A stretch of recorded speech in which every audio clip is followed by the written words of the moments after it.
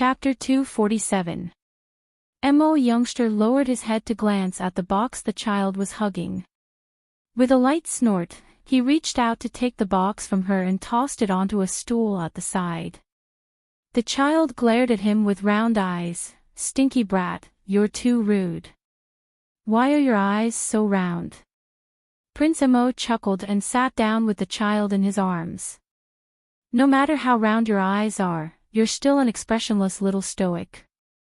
"So what if she's stoic?" "I love stoic faces." "Humph, I also love stoic faces." Prince Mo nodded in agreement. He turned the child around to face him and looked at her with a grin. "If we're separated for 3 to 5 years, will you miss me?" The child raised her chin awkwardly. "I won't." Prince Mo broke into laughter. He shifted the child's awkward face back and planted a kiss on her forehead. "I'll miss Jojo, I'll miss you a lot. I'll miss you a lot, a lot. I'll miss you a lot." The child's expression was dazed for a moment. Being dazed was a huge improvement compared to being expressionless. Dazed was also a type of expression, Crown Prince thought. The Crown Prince swiped through the air and stuffed a large bag of jingling spirit stones into the child's arms. He rubbed her stoic little face and said, "There are 500 spirit stones here. It should be enough for you to use for 3 to 5 years. Let that golem live. When I'm not here, let that guy talk to you in my place. You know, Jojo, you have to talk more. Don't stop talking just because you think it's tiring. How can talking tire you? Look at this child. If no one talked to her, she would probably be mute for the entire day." "Oh. I've said so much, and you only freaking said, oh. Darling Chow, you can really kill a conversation at any time. You're not allowed to say it." Mo youngster smiled helplessly and pressed his forehead against hers. The child rolled his eyes and reached out to take out the little golem, placing a spirit stone in its stomach. In less than a second, the noisy golem jumped up and danced as it sang, "Little master, little master, little master, you're awesome, little master, you're finally not stingy. You're the stingy one, your whole family is stingy. I gave it a name." Kid reached out and pressed on the golem's head. The young man smiled and looked at her. "What's your name?" "His name is Debeo." "Oh, little master has given me a name. Big Treasure, my name is Big Treasure." The golem waved its small arms and legs as it spun around on the spot. Mo Lian didn't know whether to laugh or cry. She looked down at the child and smiled. "Why are you called Debeo?" The child tilted his head and blinked his big, watery eyes. "I don't know. I just thought of it." Mo Lian couldn't help but smile and teased her. "Is it because you're called Little Bao that you call it Big Bao?" The child's eyes suddenly widened as he stared at the youth in front of him in a daze, not reacting for a long time. Mo Lian couldn't help but panic a little. She hugged her and shook her a little. "Jojo, what's wrong with Jojo?" Arbor snapped out of his daze and looked at him blankly. "What did you just call me?" "Jojo." Arbor shook her head. "Little Bao." What was so strange about the name Little Bao? Why was the child's expression so strange? "Jojo." It's nothing." Arbor nodded in a daze. It's nothing. It's nothing." Although Mo Lian was a little puzzled, she didn't continue asking since she had recovered. Arbor raised her hand to keep the bag of spirit stones and looked at Crown Prince. "Are we leaving tomorrow?" Prince Mo nodded and looked at the child with a serious expression. "Tonight, we'll have a reunion dinner with Uncle and Auntie and say goodbye." Arbor's little face instantly darkened. Chapter 248. As expected, Father and Mother Chiao enjoyed dinner to their heart's content. Second Uncle Chiao even told Arbor to bring out 3 jars of bamboo leaf wine and drink 10 or so cups with the youth. Seeing that the youth didn't hold back at all, Second Uncle Chiao actually had the idea of competing with the youth's alcohol tolerance. In the end, Second Uncle drank until he collapsed. Arbor helplessly pursed her lips. Second Uncle, don't casually compete with others if your alcohol tolerance isn't good. Look at how you collapsed when the second jar was just opened, but the youth's expression didn't change at all. Seeing that it was getting late, Father and Mother Chiao enthusiastically invited the youth to stay the night. Arbor felt that something wasn't right, but she couldn't put her finger on it. She then thought about what the youth said earlier and racked her brain. Suddenly, a light bulb lit up, and she finally sensed that something wasn't right. He was a crown prince who had nothing to do with old Chiao's family. What was there to reunite with old Chiao's family? He even had the glorified excuse of having a reunion dinner with uncle and auntie. Darling Chiao secretly glared at the crown prince. Coincidentally, the crown prince sensed it and turned his head back. He flashed her a smile, and it was as if the sky was filled with stars. That face was truly blinding. How infuriating. Every time she ate with the crown prince, it was as if the baby had been picked up from the streets. Mother and father's attention was completely not on their own daughter. Second Uncle Chiao hugged the half-open jar of wine as he sprawled on the table and murmured in a daze, "Bamboo leaf wine, bamboo leaf wine." Wei Ziqin was overjoyed, and she hurriedly instructed Sun Yang to help Second Uncle back to rest. Arbor thought for a moment and then took out 6 peaches and 2 leaves from the storage talisman and placed them on the table. The peach trees in the paradise bore fruit very slowly. After so long, she had only plucked 6 peaches, and they had been stored in the storage talisman. There are fruits after the meal. 1 each. Eat. Peaches. The little foodie immediately jumped up and was the first to jump to Arbor's side, reaching out to grab one of the peaches. Yo, this peach grows well. Xiao Zhongbang immediately laughed. Father, eat this leaf first, then eat this peach. Arbor handed the leaves and peaches to his father and said to his mother, "Mother, you too." "I've thought about it. Father, your profound veins are damaged, causing your profound energy to flow out completely. But that doesn't mean that you won't be able to sense profound energy from now on." Arbor looked at his father with a serious expression and said, "This leaf can increase a normal person's perception and profound strength. Who knows, it might even help you reconstruct your profound veins. Logically speaking, with Mother's condition, it is impossible for her to reopen her profound veins, but there is no harm in eating this leaf. At least it can strengthen her body." The couple stared blankly at their daughter. Especially Xiao Zhongbang, who listened to his daughter's explanation as if he was listening to a fairy tale. He couldn't help but stutter when he opened his mouth. "Daughter, why you mean that this leaf can help father sense mystic energy again? It should be possible. Father, give it a try. If it's useful, it won't be too late to eat this peach." The energy contained in this peach was very rich. Although the amount wasn't much, it should be enough for father to advance. This little leaf was actually comparable to the pulse-regulating pill. Xiao Zhongbang didn't say anything else and swallowed the leaf in one gulp. Wei Ziqin also ate the leaf. Soon, Xiao Zhongbang looked at his daughter with joy at the turn of events. "Jojo, father felt it. Father felt the recovery of profound energy, the awakening of profound veins. It seems that I can really reconstruct my profound veins." Arbor nodded. Father's condition is equivalent to the second time he has opened his profound veins and completely reconstructed his profound veins. Chapter 249. Her premonition wasn't wrong.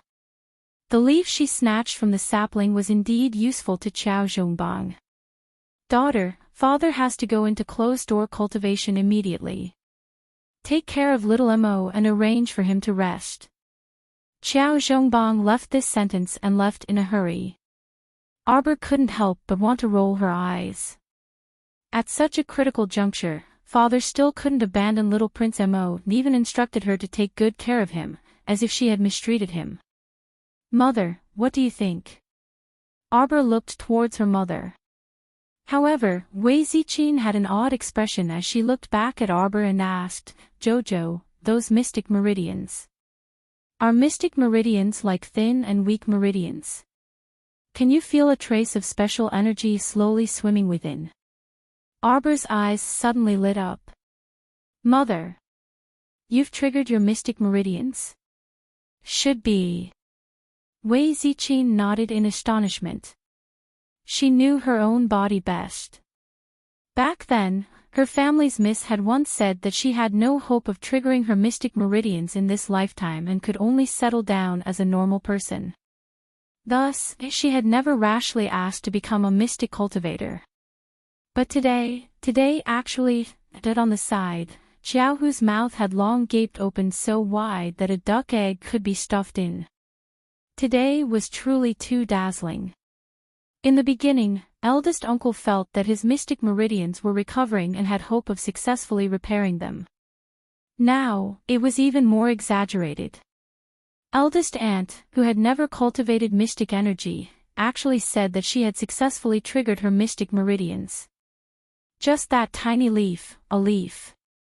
Xiaohu hurriedly threw himself to Arbor's side and shook her arm, saying, eldest sister, do you still have that leaf? Give big brother one. Arbor couldn't help but laugh as she looked at the dignified child. You dummy, you're already a mystic cultivator. You don't need to sense mystic energy anymore. If you just want to increase your mystic energy and advance, eating peaches will do too. Peaches. Xiao, who had a flash of inspiration and hurriedly picked up a peach. He stared dumbfoundedly at Xiao Lin, who had already finished half of it. Big sister, little sister has already eaten half of the peach. Why isn't she having any reaction? Arbor couldn't help but laugh when he saw how his sister wished she could bury her head in the peach. Little Lin, is still too young. Opening her profound meridians now wouldn't do her any good. It's better to slow down and wait until you're 7 or 8 years old. Since he had yet to trigger his meridians or temper his body, he was naturally unable to absorb the energy contained within the peach juice. Therefore, this glutton was the true reckless waste of natural resources. Eating peaches was only to satisfy one's appetite. Sister. This peach. Xiao Lin's little hand, which was covered in peach juice, touched the second peach. She was reluctant to let go, but her eyes looked pitifully at her older sister. Arbor was about to die from her laughter. He shook his head and said, Big sister doesn't want to eat anymore. I'll save it for you. But you're not allowed to eat it today. Save it for tomorrow after lunch. Xiao Lin Baobao's eyes suddenly lit up. She hurriedly reached out to take Tao Zi and smiled sweetly at her sister. Thank you, sister. This is for you. Arbor stuffed the last peach into the crown prince's hands. He turned to his mother and said, Mother, you should also return to your room and go into seclusion. Remember to eat the peach. It'll help you advance. I'll take Xiao Lin, to sleep now. After sending his sister back to her bedroom and settling her down, classmate Arbor brought the crown prince out of the loft and pattered out. Jojo, how about you owe me a gift in return first? When we meet again, I'll give it to you. The crown prince put away the peach with a grin. He followed behind the child with her short legs and slowly walked step by step. Gift in return. A certain person's handsome face appeared in front of the little fellow's eyes. She angrily turned her head and continued to patter forward. Young man, you're taking advantage of me. Chapter 250. Under the night sky, a crimson light flashed past. As the light spread, the Crown Prince and Xiao Mu looked up at the same time. Arbor suddenly felt her body lighten. She looked helplessly at the Crown Prince, who had reached out to lift her up. She gritted her teeth. A certain child muttered, "I want to grow taller, but I won't let him carry me. Jojo, I will miss you very much." The Crown Prince pressed his forehead against hers and softly muttered, "Don't worry, I will remember your gift. When we meet again, I will definitely return it to you, okay?" "Okay, your head. What kind of gift is that? I don't really want it." "Okay." The Crown Prince agreed on behalf of a certain child with a smile. You can even talk to yourself to this extent. Shameless fellow, I am so angry." After a red light flashed past in mid-air, a slightly shorter black figure suddenly appeared behind the Crown Prince. It was a young boy of about 11 or 12 years old. He was completely different from Xiao Hu's dignified appearance. This young boy was cold and handsome, and his eyes were sharp. The strangest thing was the pair of eyes that he cast over. They were naturally different, and they were gold and red. Xiao Mu's face was filled with curiosity as she watched, completely ignoring the young man's taut, handsome face that refused to let anyone see him. "This is little 7. Prince Mo glanced at the child behind him with a headache. Look at this impatient child. She had already said that she would leave early tomorrow morning, but she couldn't wait to come. You are that flaming golden dragon. The child's eyes lit up as she sized up 7th Yan's head. The towering and terrifying dragon head had actually become a human head now. The young boy glanced at her and looked away with a snort. His attitude is bad. The child turned her head to look at the Crown Prince with a stoic face. She didn't even realize that she was complaining. Can I beat him? The Crown Prince almost laughed out loud. He shook his head regretfully. You can't beat him. The child made an "oh" sound and muttered to herself, if I can't beat him, then forget it. The Crown Prince, hearing this, the young boy turned to glare at her. This little brat meant that if she could beat him, she would give him a good beating. Audacious, audacious, impudent human. The young man turned his head and glared at the child. The child rolled his eyes and glared back at him, unwilling to be outdone. The Crown Prince held the child's waist with one hand and carried the child into the loft. Could it be that the auras of these two little fellows were incompatible? Why were they staring at each other like black-eyed chickens when they first met? It was better not to put the two of them together. We can't stay over tonight. Mo Lien put the child on the bed and patted her forehead with regret. Go to sleep. Be good and close your eyes. I'll leave after I see you fall asleep. Arbor. There's no way I can fall asleep if you stare at me like that.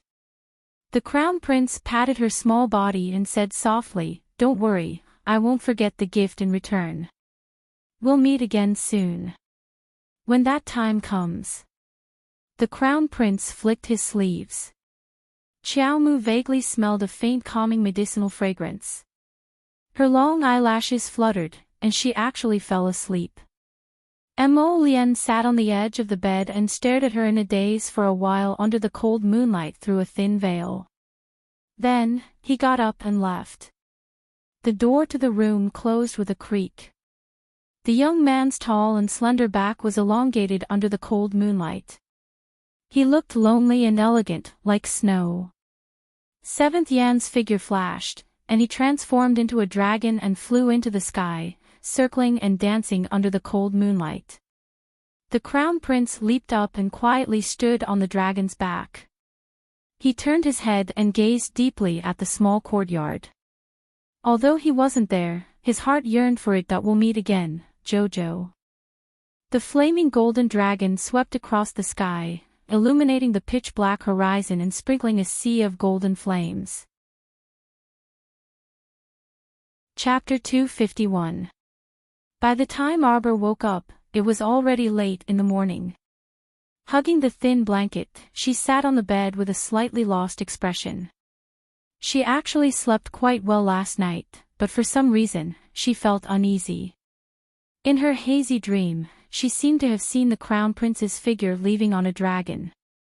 The youth's aloof figure turned into a red dot, and the farther he went, the more intense it became in her eyes. It was like a blazing inferno that could burn through thousands of layers of ice and thousands of miles of snowy peaks that he left. Duan Yu also ran away, master, eldest senior sister, and everyone else left. It seemed that in that instant, the surrounding air quieted down, and she was the only one left in the world. A faint sense of loneliness lingered in her heart, unable to be brushed away for a long time. It was as if, in the past, she was also abandoned by someone important. Good morning, Master. Master is as beautiful as a flower today. Good, good, good, good. The silence was completely broken by the golem's noisy voice. Sister. Xiao Lin used her chubby body to knock open the door with a bang and gave her a big grin. Arbor jumped down from the bed and swept away the gloom in her heart. She pulled her sister's hand and said with a smile, "Go wash up." Master. Master, wait for me. The golem bounced and chased after the two sisters. Xiao Lin looked back curiously. Sister, that little doll can talk. That's right, he's called Big Bao. Not only can he talk, but he can also do many things. Arbor half-carried the chubby Xiao Lin and led her over the tall threshold to walk down the attic. When she pushed open the attic's door, a ray of sunlight shone in from outside, so warm that she couldn't help but squint her eyes. Arbor paused and took out a common communication jade tablet for the hidden pavilion and night pavilion from her pocket. A line of words quickly appeared on it, reporting to Miss Royal Guard Nian from the vassal king of Nan's estate has arrived at Guanlon City and is currently rushing back to the vassal king's estate. Arbor took out a talisman pen and left a line of words on the communication jade tablet. Continue to keep an eye on him. Report back immediately once the royal guard meets with that commandery princess. Sister, what are you writing? Xiao Lin blinked curiously. Sister is writing about how to punish bad people. The corners of Arbor's mouth slowly curled up into a sneer. With a swipe of his hand, he grabbed Nian Kuei's strand of life soul. The vassal king of Nan's estate's Hui, right? Do you think you'll be fine just like that? I've never met you before, but you dared to harm me. It seems that there's no need for you to exist anymore. Baby Chow's section break, the galloping horses galloped rapidly on the main road of Guanlon City, startling the pedestrians on both sides of the road and forcing them to give way. The people who lived in the royal capital had long since recognized the attire of the high officials in the royal residence. When they saw the royal guards of the vassal king of Nan's estate galloping past, no one dared to say anything and obediently dodged to the side. The members of the vassal king of Nan's estate were used to being arrogant in Guanlon City, so no one dared to offend them. Otherwise, they would definitely suffer. Nian Kuei's face was dark as he gripped the reins tightly with both hands and rushed back to the Wang Fu.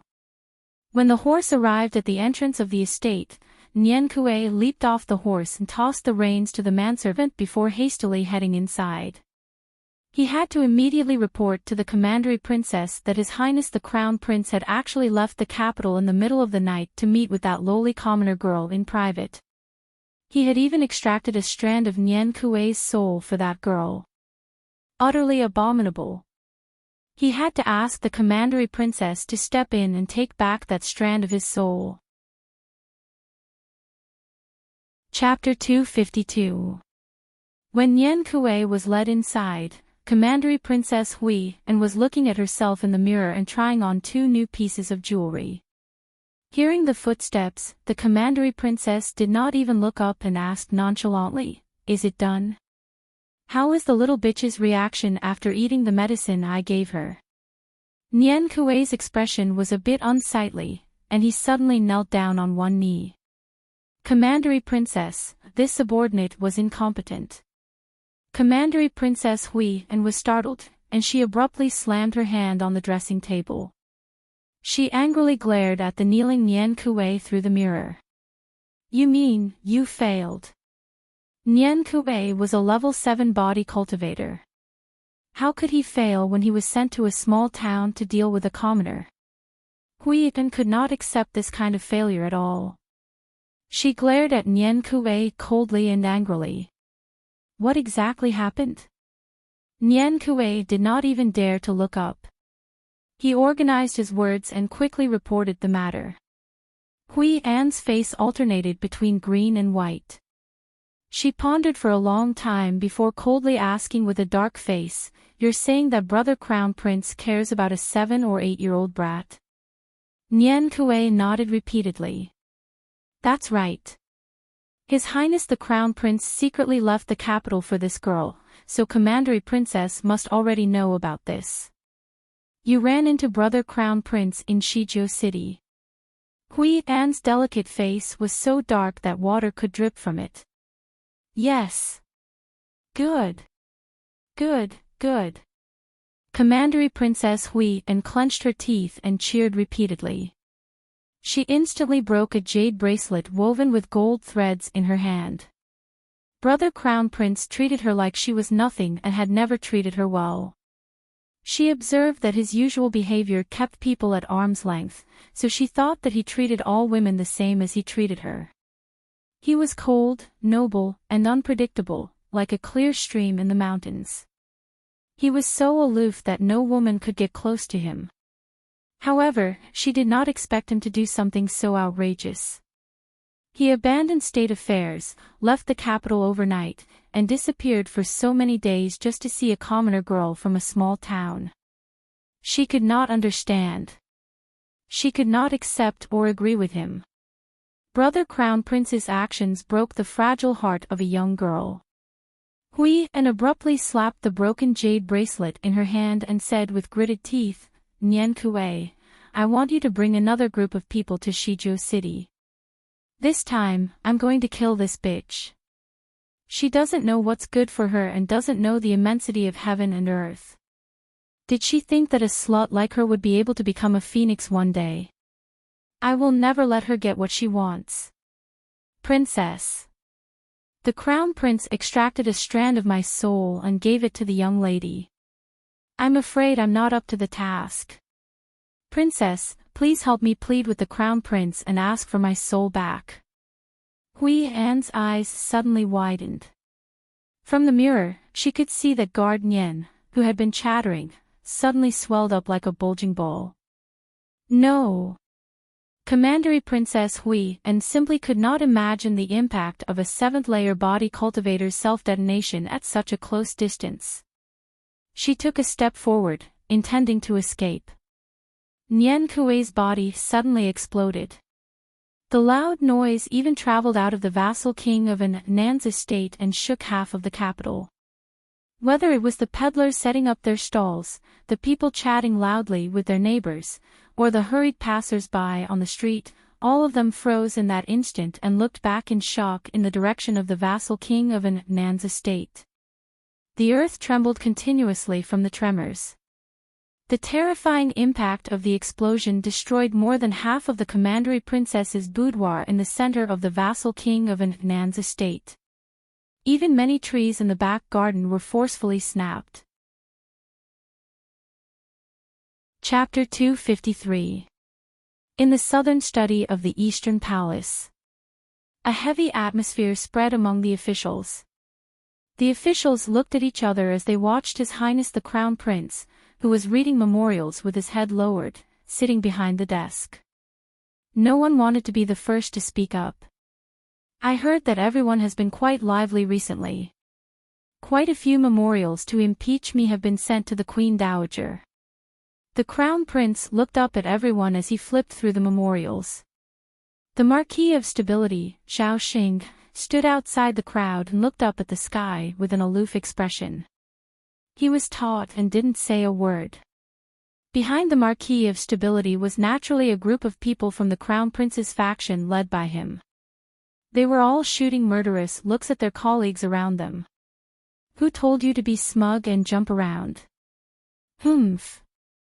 The Marquis of Jiajing, Su Pingyong, stood next to Zhao Sheng and subconsciously wiped the sweat on his forehead with his sleeve. Censor Zhao, Censor Huang, I heard that the two of you sent 18 memorials to impeach the Queen Dowager in the past few days. The imperial censors led by you have truly worked hard and rendered great service. The Crown Prince tossed his brush and asked coldly, how should we thank you? Your Highness, please calm your anger. The officials trembled as they knelt in salute. Censor Zhao was nearly 70 years old and his temples were grizzled. He knelt in front of the desk with his back straight and his head held high as he saluted. Your Highness, the Crown Prince set aside a pile of state affairs and left the capital for so many days without saying a word. This old official has indeed initiated a joint effort to invite many imperial censors to impeach Your Highness.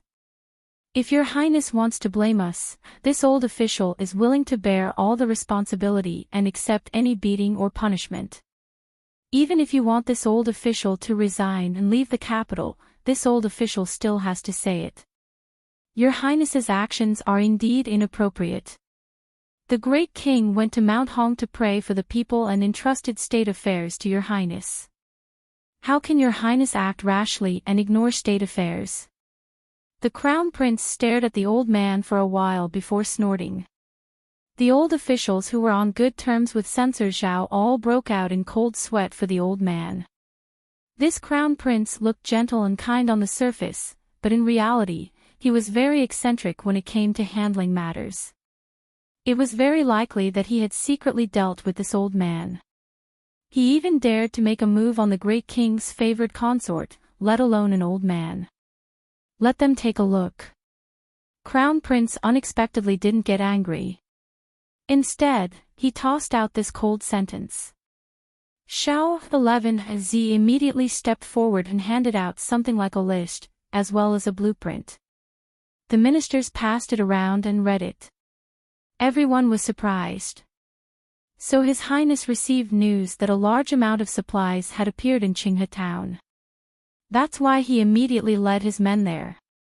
The soldiers from the South Camp sent by His Highness the Crown Prince will be able to transport the food and supplies back in 2 days. Everyone was overjoyed, but they also looked at each other. After carefully looking at the blueprint, their faces became more and more ashamed. This monarch has seen the construction of Shijiao City's defenses. Based on this foundation, we plan to first build large-scale fortifications in the various major cities, with the capital as the center, and expand outwards. This process should take several years, but once completed, it will definitely be beneficial to the people and the country. As the Crown Prince spoke, everyone crowded around the blueprint and scrambled to read it. A moment later, the group of officials hurriedly knelt and begged for forgiveness, especially the old officials who had impeached the Crown Prince countless times.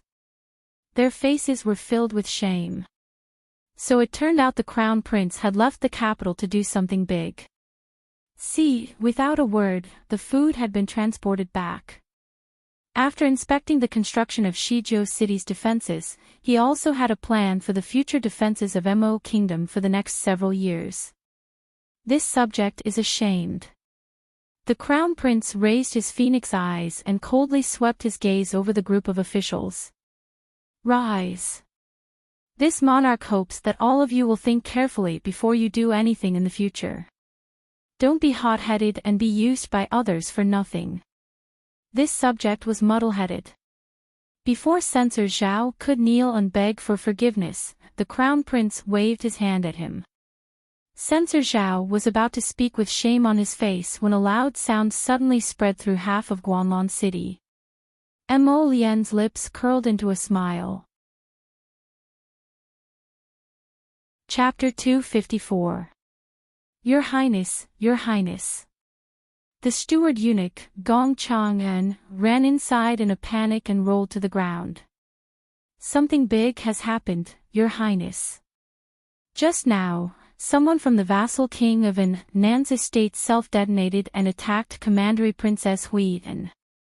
Apparently, she's heavily injured. The vassal king of Nan has sent people to the palace to invite several royal physicians to the estate to save her.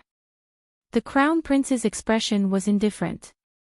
He only nodded slightly and waved his hand to dismiss the steward eunuch. All the officials looked at each other without saying anything. He Qijing, I'll leave the construction of the fortifications to you. The crown prince looked at a dark-skinned man in his 50s. This person was the right assistant minister of the Ministry of Works, He Qijing, He Tian's father. He Qijing cupped his hands in acknowledgement, his square face brimming with righteousness. Everyone secretly looked back at the Minister of Works' fecal face and silently gulped. The crown prince directly bypassed the minister and handed the task to the right assistant minister, He Qijing. His attitude was simply too obvious. Just as they said, don't go overboard. Besides, our crown prince wasn't someone to be trifled with. This lord's temperament was perverse and extremely straightforward. Moreover, the connections in his hands were perhaps much more than they imagined. The Marquis of Jiaojing, Su Pingyong, who usually liked to smooth things over, wiped the cold sweat off his forehead. He had a premonition that since the Minister of Works and the left assistant minister were jumping around so fiercely, it would be their turn to suffer next. In a flash, the officials all withdrew. The crown prince flipped through the memorial to the throne next to him and slightly raised his head to look at Huifeng, who had swiftly entered. How is it? Reporting to your highness. Huifeng cupped his hands and quickly reported, Commandery Princess Hui and was sitting in front of the dressing mirror at the time. After Nian Kuei self-detonated at close range, Commandery Princess Hui and was injured by the lens, and her face was unrecognizable from the explosion. She lost her sight in her left eye. She actually didn't die. The crown prince's voice was slightly surprised. His little fellow was a black-hearted and ruthless little thing. She deliberately made Nian Kuei return to Hui An's side before crushing his soul and causing it to self-detonate without hesitation. It was inevitable that Hui An would suffer the consequences of her own actions. However, the crown prince didn't expect that Hui An wouldn't die from the explosion at such a close range. The princess used a 4th-level defensive profound weapon at the critical moment. Huifeng said, although she still can't withstand Nian Kuei's self-detonation, her life is saved. Of course, at that level 4 defensive profound artifact was definitely completely destroyed and could no longer be used. What did the vassal king of Nan say? The crown prince grabbed a cup of warm tea and held it loosely in his hand, his gaze incomparably sharp. The vassal king of Nan has just dispatched several hidden guards out of the capital. Deal with it. The crown prince de-emphasized, if the vassal king of Nan is smart, he should know what to investigate and what not to investigate. The crown prince's voice was clearly so indifferent, but Huifeng's heart inexplicably tightened. If the vassal king of Nan dared to provoke His Highness the Crown Prince, that would absolutely be an extremely unwise move. Your Highness. How should we deal with the matter of the Minister of Works and the left assistant minister inciting the imperial censors? We feel that he is somewhat unfit for the position of minister, so it would be more appropriate for him to abdicate the position to a worthy person. The crown prince's expression was cold and apathetic. Last time, the youngest brother of the Minister of Works family obtained a lucrative position from the great king. Their entire Huang family profited quite a bit from the construction of the canals in Meilong City. Huifeng immediately understood. This subordinate will immediately instruct the Night Pavilion members to organize the previously collected information and hand it to those imperial censors. The crown prince's phoenix eyes flashed, and a faint smile flitted across his pursed lips. Chapter 255. The next day, the youngest brother of the Minister of Works took advantage of his position to send all the details of the corruption and fraud case to the imperial censors in multiple copies. The imperial censors, led by Censor Zhao, all exploded in anger. They sent impeachment memorials to the crown prince as if they didn't cost anything. The Minister of Works was caught unprepared by this matter and was too overwhelmed to fend for himself, so he naturally didn't have the energy to find trouble with the crown prince. On the other side, the crown prince sat in the study and quietly listened to Huifeng's report. The vassal king of Nan personally led a team to escort the commandery princess out of the city today. He said he was going to find the ghost physician of the ghost sect to try his best to save the commandery princess's face. Huifeng calmly said, but the imperial physicians also said that even if the commandery princess tried his best to save her face, her eyes wouldn't be able to be saved. The crown prince nodded, no longer in the mood to listen to Huifeng's matter with a disinterested expression. The hidden guards from the vassal king of Nan's estate who went out of the city to investigate the reason for Nian Kuei's self-detonation have all been disposed of by the hidden pavilion. The vassal king of Nan probably understood your highness's intentions and didn't send anyone else to investigate. The crown prince sneered. At least he's tactful. If he dared to set his sights on the little girl again, he wouldn't mind sending this sworn brother of the great king off on his way. Your Highness. The provisions delivered by the South Camp soldiers just arrived this morning. Very good. Have Song Yuan from the Ministry of Revenue properly arrange this batch of supplies. The Crown Prince stood up and walked outside as he coldly asked, how has the great king been doing in Mount Hong recently? Huifeng lowered his head, and the corner of his mouth twitched. The great king really isn't doing well. With your highness making things difficult for the great king at every turn, it'd be strange if the great king was happy. 12th prince, be careful. His Highness the Crown Prince is discussing politics in the southern study. You can't barge in so rudely. The wet nurse's anxious voice came from afar. Big brother, big brother. A small purple-red figure strenuously stepped over the tall study threshold and rolled toward his big brother's feet. He hugged his big brother's thigh and cried, Big brother, big brother. Grand Tutorly hit my study partner, Song Xiaotai. Big brother, you have to stand up for me. Hit him for me. Hit him. Huifeng, the Crown Prince looked speechlessly at his younger brother who was rolling and crying at his feet. He raised his head and looked at the middle-aged man with a pale face who lifted his green robe and bowed in greeting. Your humble servant greets your highness the Crown Prince. Grand Tutor, please rise. The Crown Prince massaged his temples with a headache. He scooped up a certain brat who was clinging to his leg and refused to let go. Holding the brat on his leg, he looked helplessly at the elegant Grand Tutor in green robes. Grand Tutor, what's going on? Without waiting for Grand Tutorly to speak, the 5-year-old brat, Mou, took the initiative to complain, Big brother. It's him. He hit my study partner, Song Xiaotai. He was being unreasonable. I don't want to study anymore. Huifeng. His little highness is testing his big brother's patience. Grand Tutorly is the most knowledgeable person in Imperial College. You even taught me, your big brother. The Crown Prince lifted the child up in exasperation and looked with amusement at the oval-shaped red bun face from crying.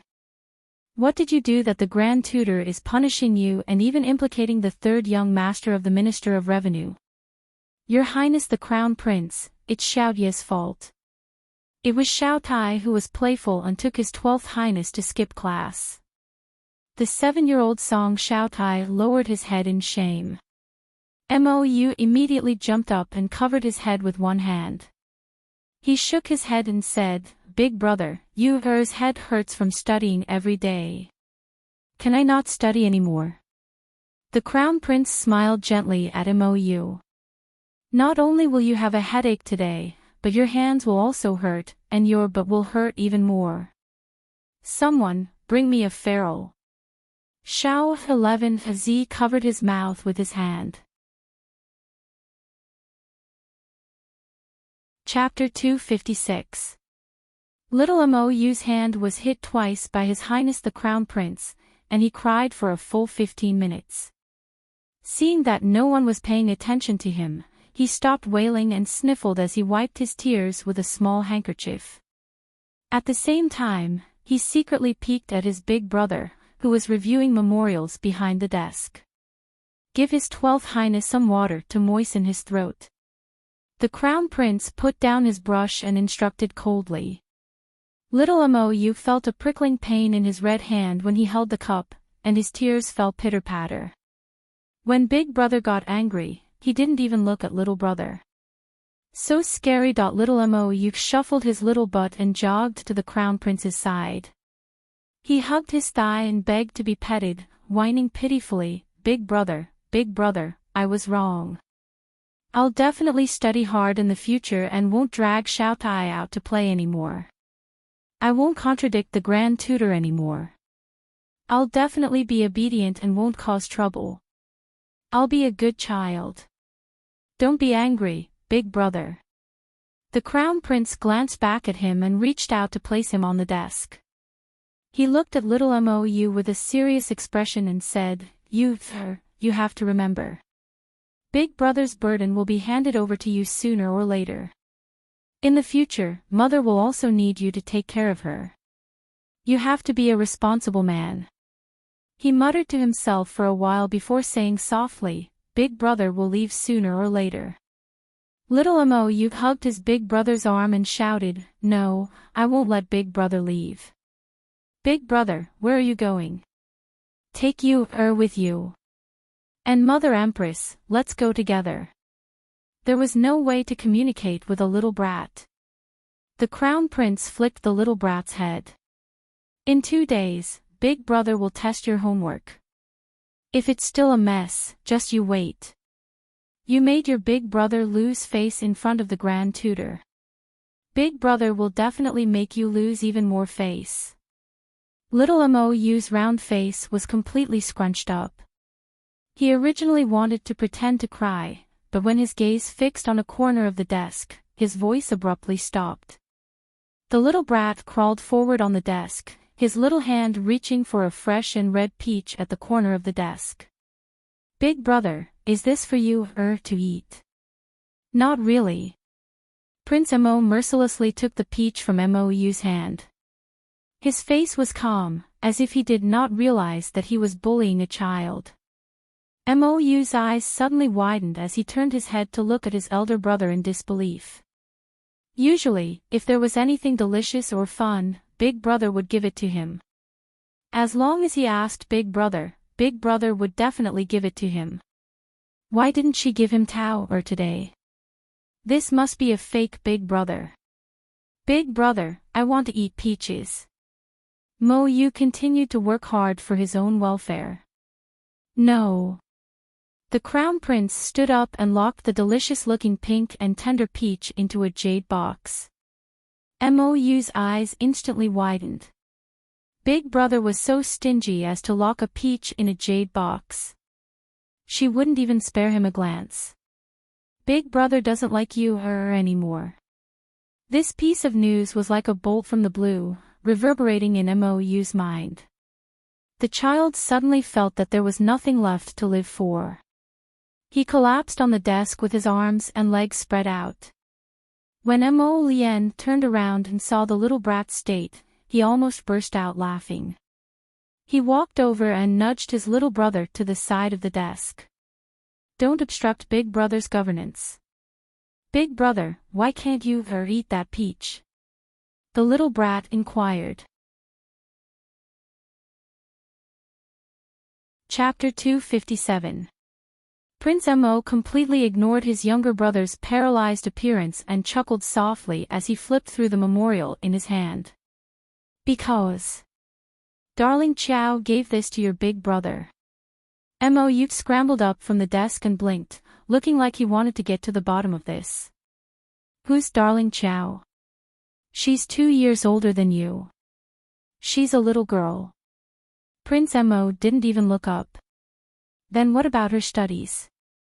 Has she studied as much as I have?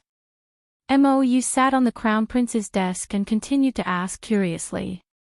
The Crown Prince looked up and glanced at him with a smile. She has studied. She's not like you, who has to be chased and beaten by teachers all day long. Mou was unconvinced. The Grand Tutor also praised me for my talent in studying. If I worked a little harder, I'd be even more impressive. Oh, is that so? The Crown Prince smiled sardonically. Of course. Mou simply crawled up and stood on the Crown Prince's desk. He put his hands on his hips and faced his big brother. Big brother, if darling Qiao doesn't study well, will you also beat her? Huifeng felt like the brothers' conversation was hilarious. I won't. The Crown Prince set down a memorial and picked up another one. He lowered his eyes and continued to flip through it, completely ignoring his younger brother's stupefied expression. Mou huffed and shouted, "Why?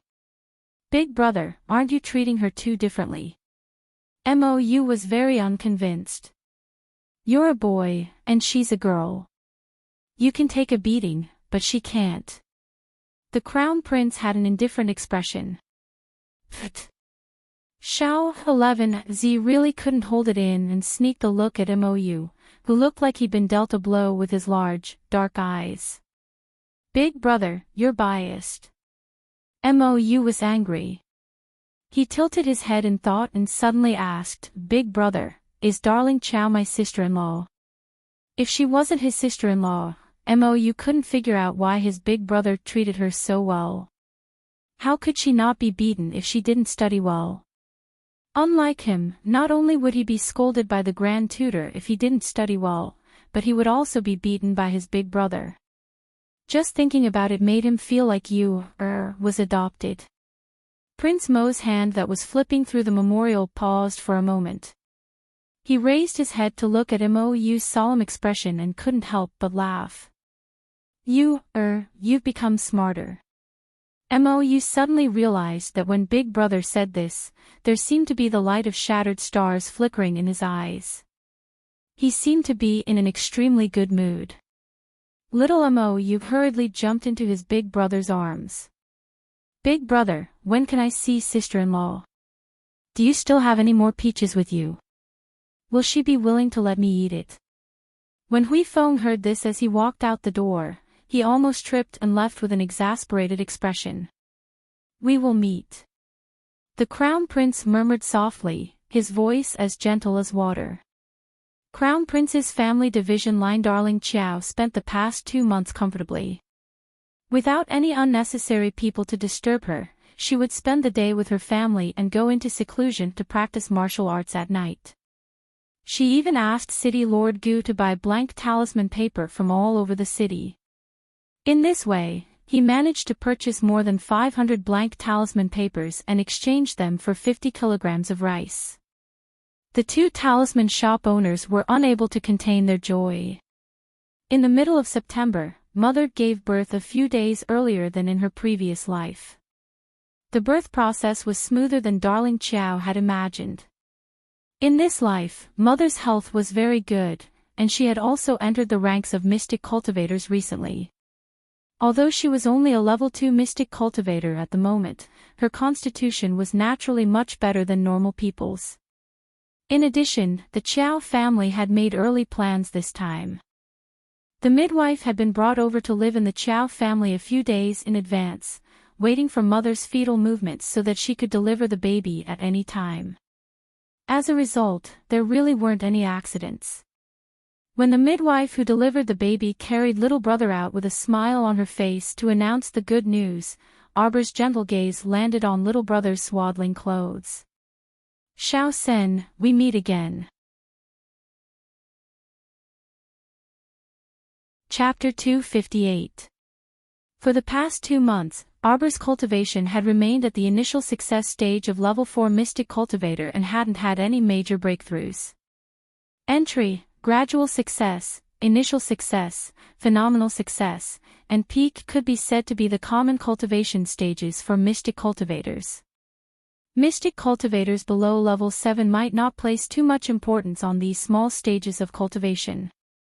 But as one's cultivation advanced to level 8, level 9, and even level 10 great mystic cultivators, even if it was just a small difference between entry and gradual success, it would be a world of difference in strength. Since her cultivation hadn't increased, Arbor had been focusing on drawing talismans for the past few days. She had drawn 200 to 300 blank talismans that City Lord Gu had collected for her, and they were basically all auxiliary talismans. Today, she planned to draw a few aura-concealing talismans that she had newly learned. Beginner-level talisman, aura-concealing talisman, reduced one's cultivation by 5 levels and maintained it for 1 month. This talisman was rather interesting. After Arbor drew 20 aura-concealing talismans, she used one and immediately discovered that her mystic energy was completely covered by the aura-concealing talisman. Now, even if she stood in front of her father and second uncle, they would be surprised to discover that they would no longer be able to sense any energy fluctuations from her body. She was just like an ordinary child without any cultivation at all. Arbor lowered her small head and continued to draw another 100 or so summoning talismans at a rapid pace.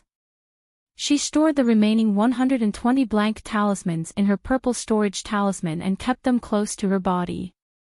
She raised her head very happily and massaged her sore shoulders. Looking at the sky, it was already close to dusk. Her talisman drawing speed had increased by quite a bit, and she had drawn more than 150 talismans in one afternoon. Especially this kind of super standard beginner-level summoning talisman. After failing to draw it several times, she became more and more proficient in the later stages. Of the 108 summoning talismans, 28 blue summoning talismans were drawn in the later stages. Arbor was abnormally happy. Grabbing a summoning talisman in her palm, Arbor propped up her chin with one hand and pondered. Should she try activating the talisman? The last time she activated the talisman, she got a weak chicken that it left a huge psychological shadow on her. Arbor ran down the attic and circled to the small garden in the back to stand still. She silently inhaled and lowered her head to look at the yellow summoning talisman in her palm. She felt that since her rebirth, she still had some luck. How could he summon the same weak chicken twice in a row? That's impossible. Therefore, it was better to give it a try. Xiao Mu once again took a deep breath. She stretched out 2 fingers with a face full of righteousness and touched the yellow talisman lightly. After the yellow light dissipated, a goo sound was heard. Arbor's first thought was, why does this sound so familiar? Then, she glared at the thing that had spread its short wings and was rushing towards her with a goo-goo sound. Xiao Mu and Xiao Mu's dark eyes were about to fall out of their sockets in shock. Oh my god! Why is it this one again? Weak chicken. Ah! What kind of ill-fated relationship was this? However, at a glance, this chicken was much taller than the first time he saw it. Its shape was somewhat similar to that of a young peacock. Furthermore, its feathers were more luxurious than when he first saw it. The feathers at the tip of its tail were much longer and emitted a greenish-blue halo. But no matter how much it changed, it couldn't change the fact that it was still a weak chicken. Deep breaths, don't be angry, don't be angry. Calm down, I'm not a child anymore, I'm an adult. I'm an adult, I can't make life difficult for a chicken. Ah, I'm so angry. Xiao Mu suddenly exploded. She pulled out a knife from somewhere and chased after the chicken to chop it. You scoundrel, why is it you again? I want to summon a beast, do you understand? Why is a weak chicken like you rushing to the front? Go back. Go back. Chapter 259. Coo. Coo coo coo. Coo coo. The weak chicken let out a shrill cry and flapped its short wings as it ran toward the front of the garden. Its two slender ankles might look extremely thin, but it ran especially fast. Xiao Mu didn't manage to pounce on him. Instead, she rolled into the flower bed. When she jumped out of the flower bed with a head full of flowers and grass, Xiao Mu was stunned. Qiao Zhongbang, second Uncle Qiao, Xiao Yao, Qiao Hu, and the others, who rushed over upon hearing the commotion, were stupefied. "Don't run, you weak chicken. Today, I'll slaughter you for second uncle's dishes." Our dear Qiao Mu raised the knife in her hand and rushed past them. She ran so fast that she didn't even notice that one of her shoes had fallen off. Qiao Zhongbang, dot. Second Uncle Qiao was overjoyed as he followed behind his little niece and roared with laughter. "Jojo, don't be busy, don't be busy. Second Uncle has braised fish today, so there's no need for this chicken to go with the wine. Don't run." Arbor angrily chased after it. The weak chicken didn't run out of the door and just circled around the court, going from east to west and from west to south. After running several laps around the house, our dear Qiao Mu finally stopped, panting as she carried the knife. She looked at the chicken flapping its wings and cooing in confusion. Why did this fellow run so fast? She was a level 4 mystic cultivator, yet she couldn't catch up to a chicken. How could she endure this? "Come over here. Weak chicken." Coo! The weak chicken spread its wings and arrogantly raised its slender neck, looking like it was saying, "I won't go over." Arbor reached out to beat its small waist and angrily rolled up its small sleeves. "Come over here. Are you coming over or not? If you don't come over, then don't come over for the rest of your life." Qiao Zhongbang was about to die of laughter for his daughter. She herself had never seen this child angrily berate the weak chicken, so it was extremely hilarious. Coo! The weak chicken bounced its slender ankles and ran to the child's side with a coo, coo, coo. Kid punched the chicken's head, and the weak chicken's feathers stood up with a coo sound, looking like it was about to explode. Infuriating. Darling Qiao took out 2 summoning talismans from her pocket. Damn it, she didn't believe it.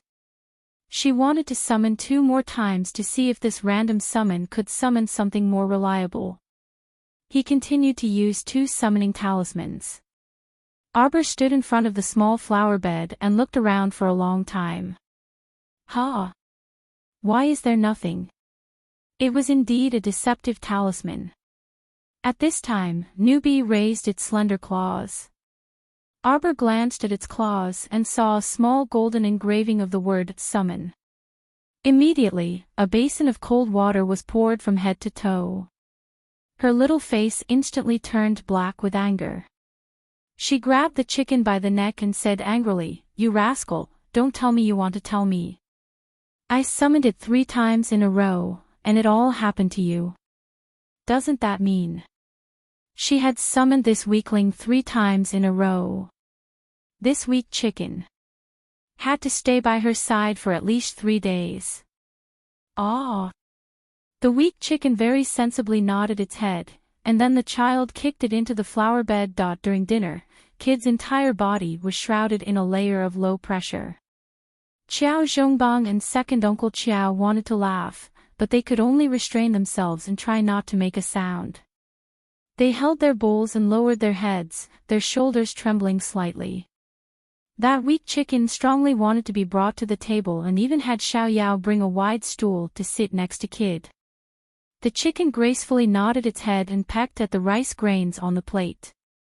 Qiao Hu was just about to open his mouth and laugh when Xiao Yao reached out and covered his mouth. Darling Qiao looked up at Xiao Hu and snorted. She fiddled with the rice in her bowl with her chopsticks and angrily dug at it. "I'm done eating. I'm going to see Mother." She planned to leave tomorrow afternoon, and she wanted to say goodbye to her mother before leaving. Chapter 260. Mom, don't cry. Didn't we already agree on this before? I'm returning to this sect to cultivate, so there's not much danger. It's just that it might take a bit longer. Arbor held Wei Zichin's hand and comforted her. Mom, don't worry. I'll take good care of myself. I'll definitely guarantee that Yuan will be chubby and won't be missing a piece of meat when I get home. Wei Zichin didn't know whether to laugh or cry as she looked at her daughter and sighed. Her daughter had mentioned this to them before, but she always thought that her daughter would at least attend Xiao Sen's 1-month-old celebration before leaving. She didn't expect her daughter to leave so soon. Separation was imminent, and as a mother, she didn't feel good. Arbor looked down at her younger brother, who was sleeping soundly in his swaddling clothes, and smiled with a gentle gaze. Chow chow, let your father send you on a journey tomorrow. Mom. Arbor swayed Wei Zichin's sleeve. There's no need for Dad to send me off. Did you forget that I have Yi, this great mystic cultivator, by my side?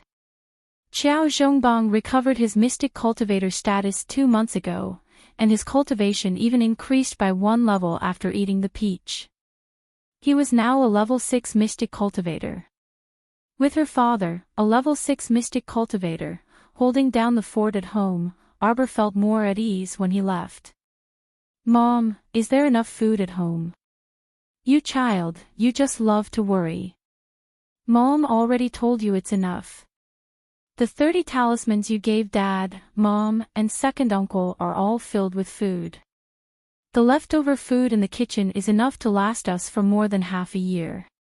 Also, didn't the city lord's estate send a cart of grain and beans last time? The city lord is too polite, insisting that it's Xiaoma's rations. Xiaoma actually only ate a few meals here. With so much sent over, I can't even refuse it. Are there enough storage talismans? Enough. The things sent by the city lord's estate have all been stored. There are also space talismans in hand, so don't worry. Besides, your father and second uncle will also take on 1 or 2 small missions from time to time. The family will definitely gradually get better. Mother. Xiao Mu buried her head in her mother's arms. Wei Zichin smiled and smoothed her long hair. Good girl, you left home alone. You must always remember my words. You must be very careful. Our whole family is waiting for you to come back. They said their goodbyes for almost the entire night. His parents, second uncle, Xiao Lin, and Xiao Yao all said their goodbyes one by one. The next morning, when the sky was just beginning to brighten, Arbor quietly left the house and ran directly to the Awang Trading Company in the city. When they arrived at the entrance of Awang Trading Company, they saw that the caravan was ready to depart. The middle-aged man leading the caravan was looking left and right. Upon seeing her small figure, she immediately went up to her and nodded politely. You must be Miss Qiao. City Lord Gu has already informed us. We will be responsible for bringing Miss Qiao safely to the western border of the Qiu Kingdom. Arbor looked at the cloth on the 4 or 5 carriages and looked up at the leading man. You must be the Uncle Wang that the city lord mentioned. Thank you. Miss Qiao is too polite, Uncle Wang said with a smile. Take the first carriage. The journey to the Qiu Kingdom is long and will take at least 10 days. It might be a bit bumpy along the way. Thank you for your trouble. Arbor nodded and boarded the first carriage. This carriage was slightly larger than the one behind, which was filled with cloth. However, there was still a lot of cloth piled up in the corner. Arbor leaned against the side of the carriage and ignored the astonished gazes of the coachman. When the coachman cracked his whip and the carriage wheels started rolling, she couldn't help but reach out to gently lift a corner of the curtain. She looked longingly in the direction of Pear Blossom Alley. At that moment, she really didn't know that after she left, so many years had passed and that the world was vast and boundless. Chapter 261. The main purpose of Awang Trading Company's trip was to visit the young miss who had married off to the distant Cho kingdom. Exchanging 4 carriages of cloth for food with a certain merchant association in Cho kingdom was secondary. Arbor didn't ask about anything else. To put it bluntly, she just wanted to hitch a ride and follow the trading company's caravan to the Cho kingdom. Then, she would think of a way to rush to the great snow mountain outside Five Moon City. The caravan traveled day and slept at night, eating very arduously. Normally, they only ate bean porridge or mixed grain rice once a day. Rice and vegetables were out of the question. If it happened in other people's homes, they would have been beaten to death by the adults long ago for their extravagant behavior of using rice to exchange for this and that all day. There were a total of 5 workers in the caravan, plus Uncle Wang's group of 6. When night fell and they missed their lodging, they set up their tents and sat together to eat a bowl of warm bean porridge. Everyone only had a small bowl, not even half a bowl more than that. Arbor actually didn't plan on sharing the pitifully small pot of bean porridge with them, but Uncle Wang always called her over every time it was time to eat. The little stoic didn't talk much, so she basically had nothing to say when she ate with everyone. If it weren't for a chatterbox in the caravan chatting her all day long, this little stoic could stay silent all day and night. That chatterbox young man was called Monkey. He was 15 or 16 years old and was especially talkative. After a few days of interaction, Monkey didn't find out anything about Darling Chow's situation. Instead, he told her everything about everyone in the caravan. That he even told Darling Chow the little secret of their trading company's eldest miss marrying off to the distant Cho kingdom. Thanks to him, not only did Darling Chow know that the trading company's miss had eloped with someone to the Cho kingdom, but she also knew that she wasn't doing too well right now. The trading company's trip was said to be to visit the miss, but in reality, they wanted to bring the miss back as much as possible. After all, compared to the stability of the Mo kingdom, a small border country like the Cho kingdom had much more difficult days, especially during this unusual period. However, this had nothing to do with Arbor, and she didn't have the leisure to care about it. The West is a mess. Wars break out every day and fights every year. There are endless disputes. Monkey drank a mouthful of porridge and smacked his lips as he said, "Little Chow, why did a child like you travel such a long distance to the Cho kingdom?" Uncle Wang lightly kicked Monkey. "You talk too much. Why does Miss Chow need to report to you?" All right, hurry up and finish eating and go to sleep. We still have to leave early tomorrow morning." "Oh, look, are my eyes playing tricks on me? Why does it look like a chicken is squatting under the tree?" A young man in the convoy rubbed his eyes while holding a bowl of rice. Monkey jumped up and nearly dropped his bowl. "You're not seeing things. It's just a chicken, ha ha ha ha ha. Here's more food for us. Hey, be careful. Don't scare it." Shoo. A waiter took out a net from nowhere and sneakily moved closer to the tree. Chiao Mu was sitting beside Uncle Wang. When she heard someone say, "chicken," she had a bad premonition. Looking back, he saw Newbie squatting under the tree and cooing. Damn, how did it follow me? When Arbor went out, he deliberately did not bring this thing with him. He wanted to leave it at home, but it naturally disappeared after 3 days. Who would have thought that it would follow them here? And the problem was that it had been more than 4 days since she left. She had only used 3 summoning talismans. 1 talisman lasted for a day, so 3 talismans would allow it to stay by her side for 3 days. Why? It still existed.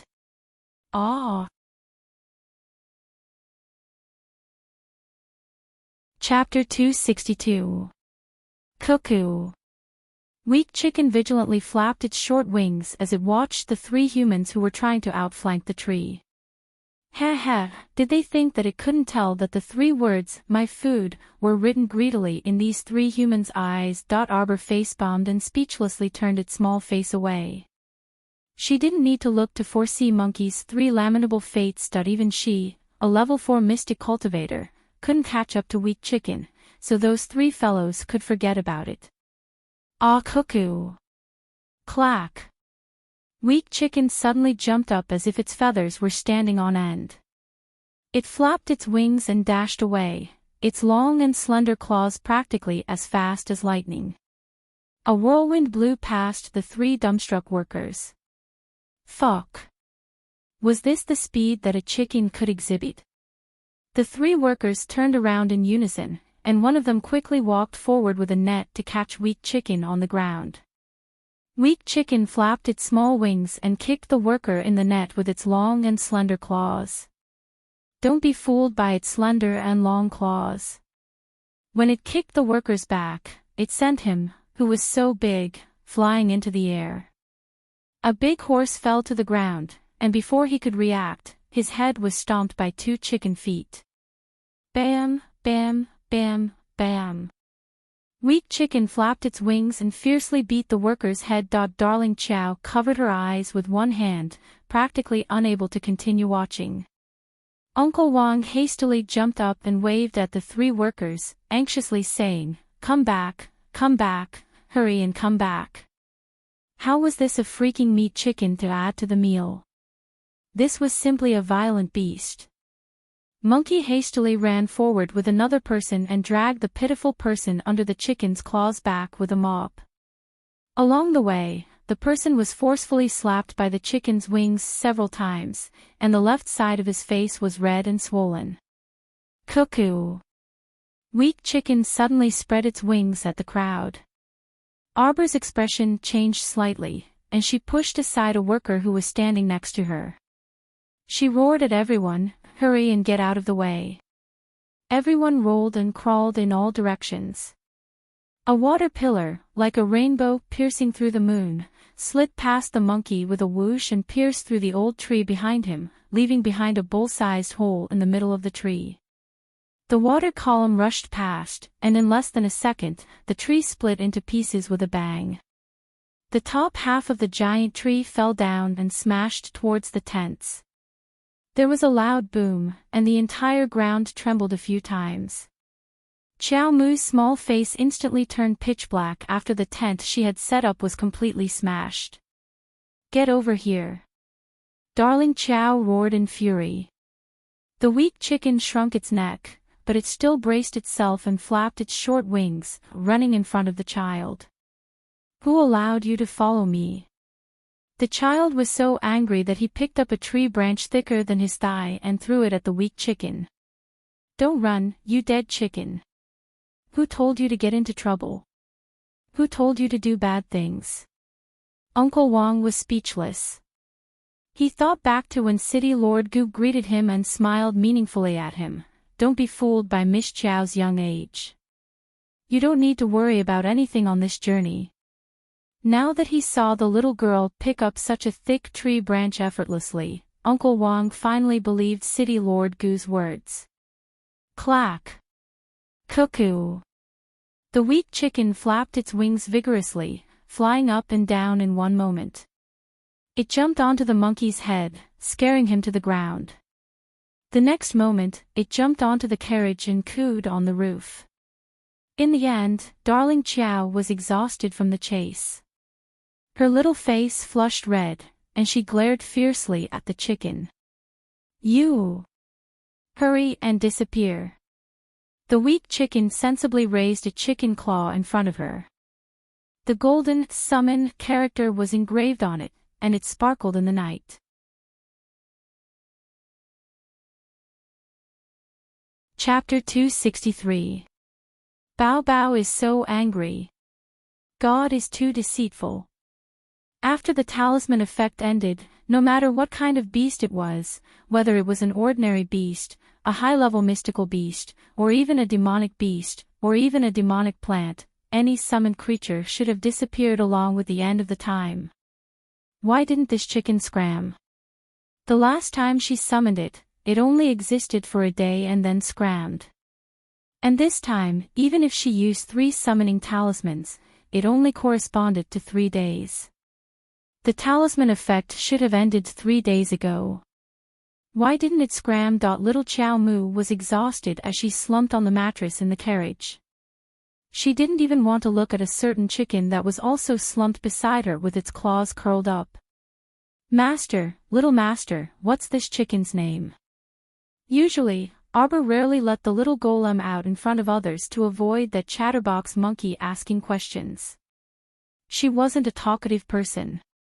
Only when everyone returned to their tents to sleep did little Chow Mu let it out for a while. Seeing that little master was so tired that she didn't want to bother with it, the golem continued to make its presence known. Master, master, I'm called Big Bao. Is this chicken called Little Bao? Arbor crawled up from the mattress and reached out to hit the golem's head. Bah! Your whole family is called Little Bao. No. Your whole family isn't called Little Bao. Bao Bao was so angry. She shouldn't have talked to them. So long-winded, so annoying. So annoying. She might as well be alone and quiet. How can this chicken be called Little Bao? It has a body of blue feathers and is so ugly. I'll call it Daching in the future. No, what future? There was no future. Could it be that this thing couldn't disappear? The golem was secretly smug. So ugly. It's not as nice as Big Bao. Little Master definitely loves me the most. Sleep. Little Chow Mu was so angry that she slumped back onto the mattress. She covered herself with the blanket from head to toe and rolled to the side of the carriage to sleep angrily. The next day, Arbor didn't wake up until the carriage moved slightly. She didn't think that she could sleep well after a night of anger that her little head poked out of the blanket and met the eyes of that damn chicken. Why haven't you disappeared? This should be the 6th day.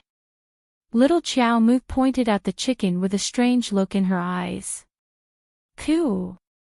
Weak little chicken raised its paw and pretended to show the word summon. I don't want to see it. The child covered his eyes with one hand and suddenly jumped up from the carriage.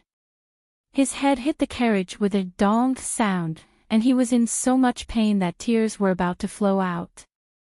Little master, little master, little master, does it hurt? The golem shouted as it circled around her feet. Miss Little Chow Mu. Hearing the commotion, Uncle Wong urged his horse to gallop to the side of the carriage.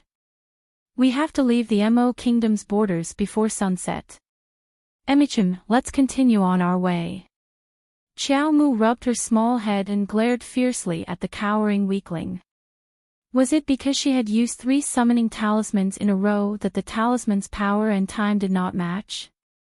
This thought would eventually disappear after 4 days. Chow Mu looked oddly at the weak chicken that had persisted for so many days without disappearing. She finally understood something. This little little Chow Mu lowered her head and looked at the yellow summoning talisman for a while. She had a bad feeling. Could it be that she couldn't summon anything else but this little Chow? We're entering the border of the Chio Kingdom. Do you want to come out and take a look?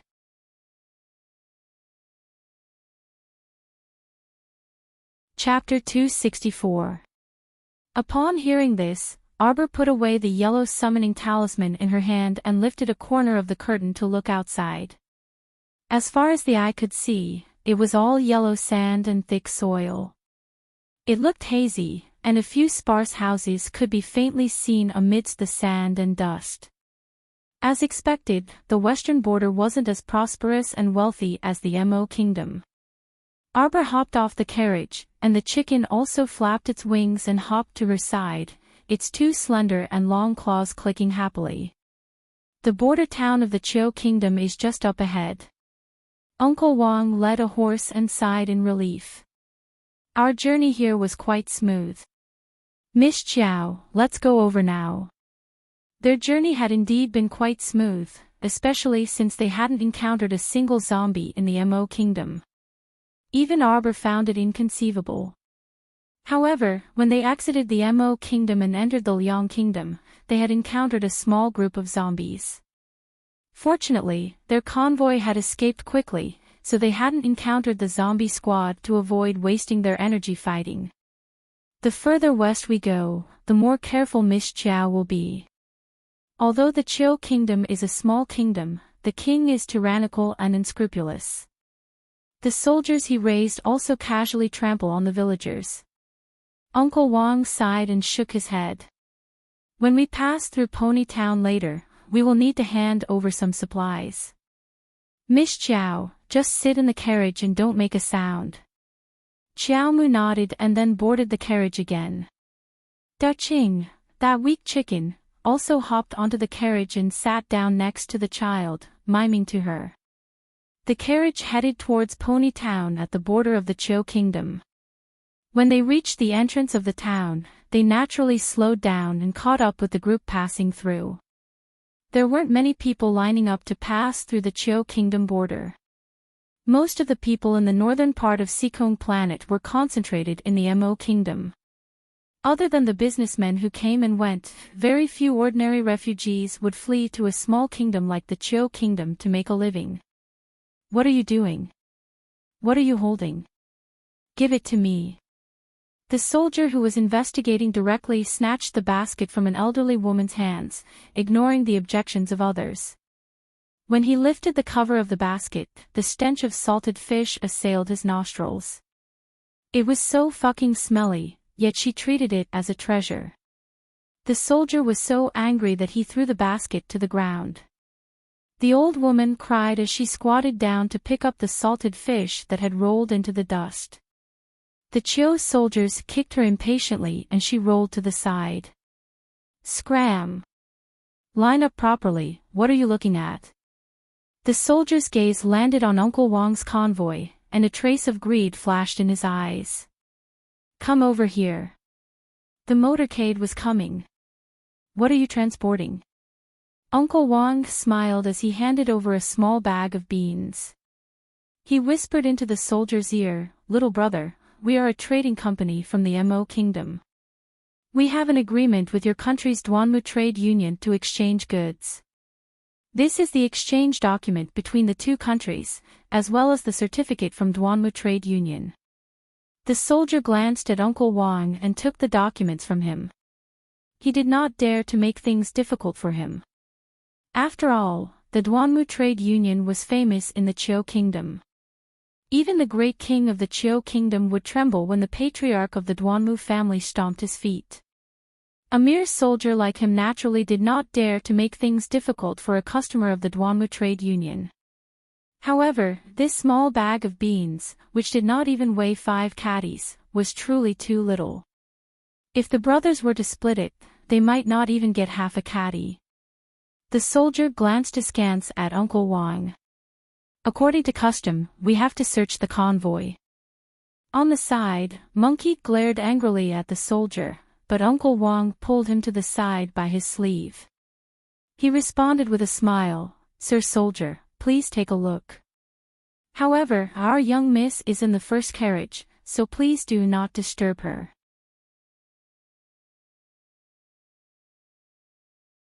Chapter 265. Swoosh.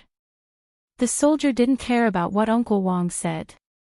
He lifted the curtain of Arbor's carriage first. In an instant, he was met with a pair of cold and emotionless eyes. The eyes were like a dry well without any ripples. She looked at him as if she was looking at a corpse. He was clearly just a child sitting quietly in the carriage, but the moment he saw him, he gave the soldier a fright. "You!" The soldier took half a step back and was patted on the shoulder by another soldier behind him. "What are you doing?" The soldier who came later pushed aside the soldier in front and leaned over to take a look at Arbor. A strange look flashed through his eyes. The child sitting quietly in the carriage was young, but she sat upright and had a noble aura deep in her bones. Because it was the beginning of autumn, the child wore a black brocade cloak over her pink robes. Her snow-white face was already foreseeable that she would be a flawless beauty when she grew up. Yo, this little girl looks pretty good. The soldier licked his lips and carelessly touched the child's cold face.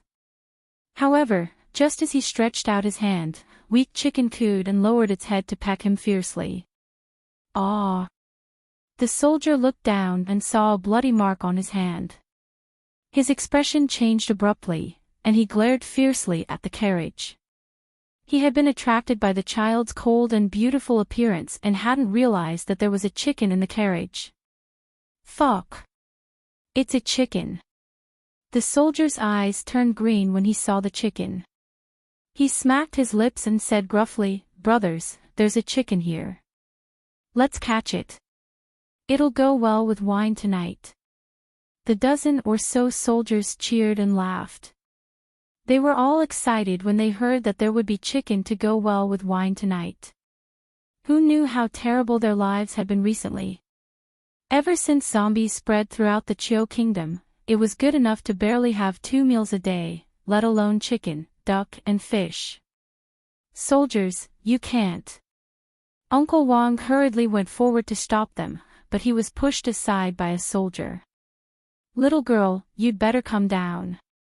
The oily soldier maliciously extended his hand toward Xiao Mu again. Arbor's eyes were extremely cold.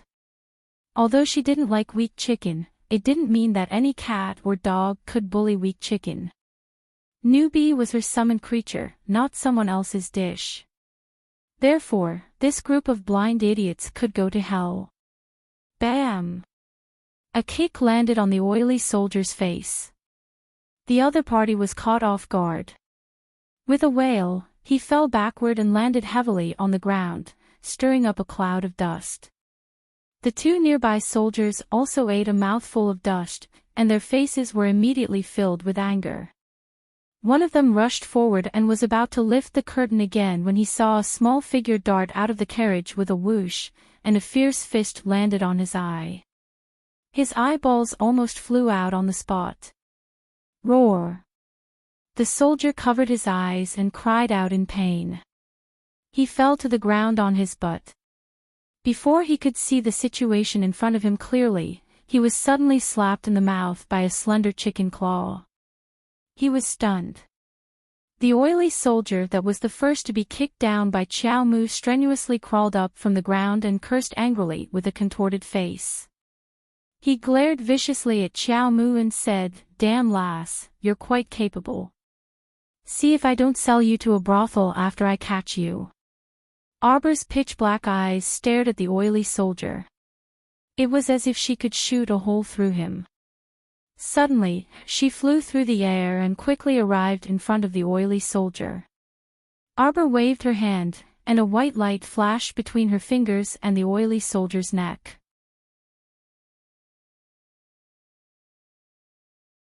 Chapter 266. Oily soldier was so scared that he broke out in cold sweat. If he hadn't taken a step back, the white light would have slashed his neck. How could this little girl be so ruthless? Unfortunately, that was only what he thought. He thought he had dodged death, but in the next instant, his neck was cleanly separated from his head. There was a thin line on his neck, and it took a while for blood to flow out. The soldiers all stopped in their tracks and looked at the little demon with fear in their eyes. They had never seen a child take someone's life the moment she attacked. How old was she? 7. 8. The people waiting in line had already scrambled to the sides of the road, not daring to make a sound. Arbor kicked away the soldier's corpse and coldly scanned the crowd. "In the past, you've sold many little girls to places like the one he mentioned, right?" He really did kick. It was as if he had kicked a pile of trash instead of a person.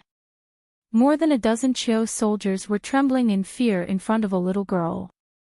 This was something they had not expected and could not have imagined. These people had dominated Pony Town for a long time. They had never thought that they would be defeated by a little girl one day. Looking at his companion's decapitated corpse on the ground, one of the soldiers forced himself to grit his teeth. He flashed the knife in his hand and angrily roared, "Everyone, let's attack together." She's just a little girl. Do you think we can let her go?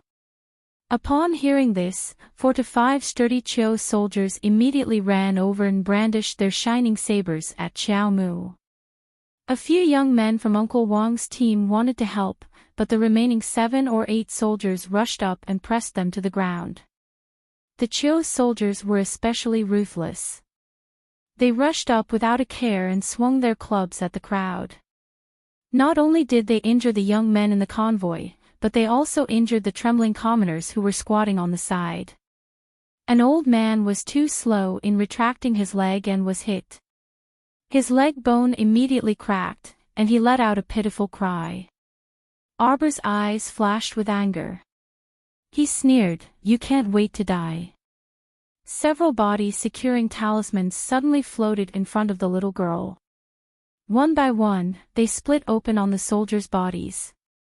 He immediately summoned a black ferrule from his mind and pointed it at the Chiu soldiers who were frozen in place with their mouths wide open. Then die obediently. Xiao Mu was like a sharp arrow that had been shot out. She swiftly circled around the soldiers, and wherever her ferrule passed by, several round heads slid down from their necks one by one. The 7 or 8 soldiers who were crazily beating up the commoners stopped in shock. One of them shouted towards the entrance of the town, his eyes filled with shock, "Quick, go and inform 5 Moon City's guard Hua. Enemy troops are invading." A Chiu soldier who was watching the battle at the entrance of the small town immediately mounted his horse and rode into the town in a crooked manner. Enemy forces. Her. Xiao Mu was a bit dumbfounded as she poked her small face. Uncle Wang hurriedly ran over. "Miss Chiao, take advantage of the fact that there are no guards at the town's entrance. Quickly follow us into Duanmu Trade Union." As long as he went to Duanmu Trade Union, he would be fine. Duanmu Trade Union had great influence in the Chiu Kingdom and definitely had the right to speak. Now that they had alerted 5 Moon City's guards, even if they turned back and ran towards the Liang Kingdom, they would be caught before long.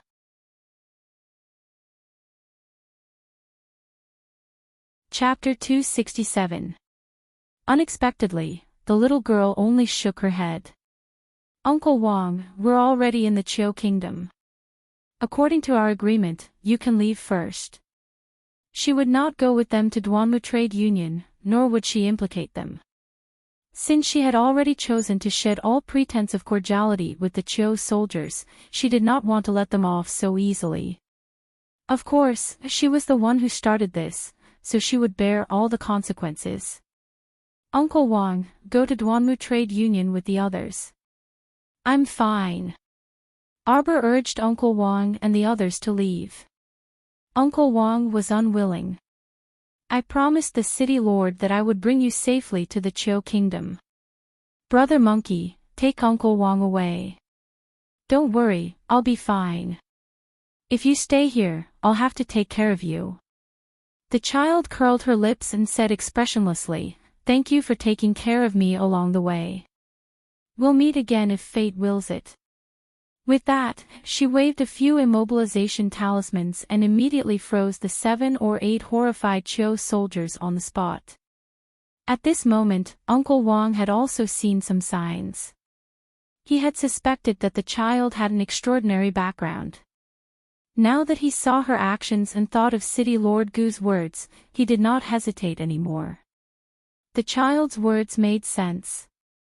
If they continued to stay here, they might become a burden. Now, they had to take the opportunity to enter the town and seek protection from the Duanmu Trade Union.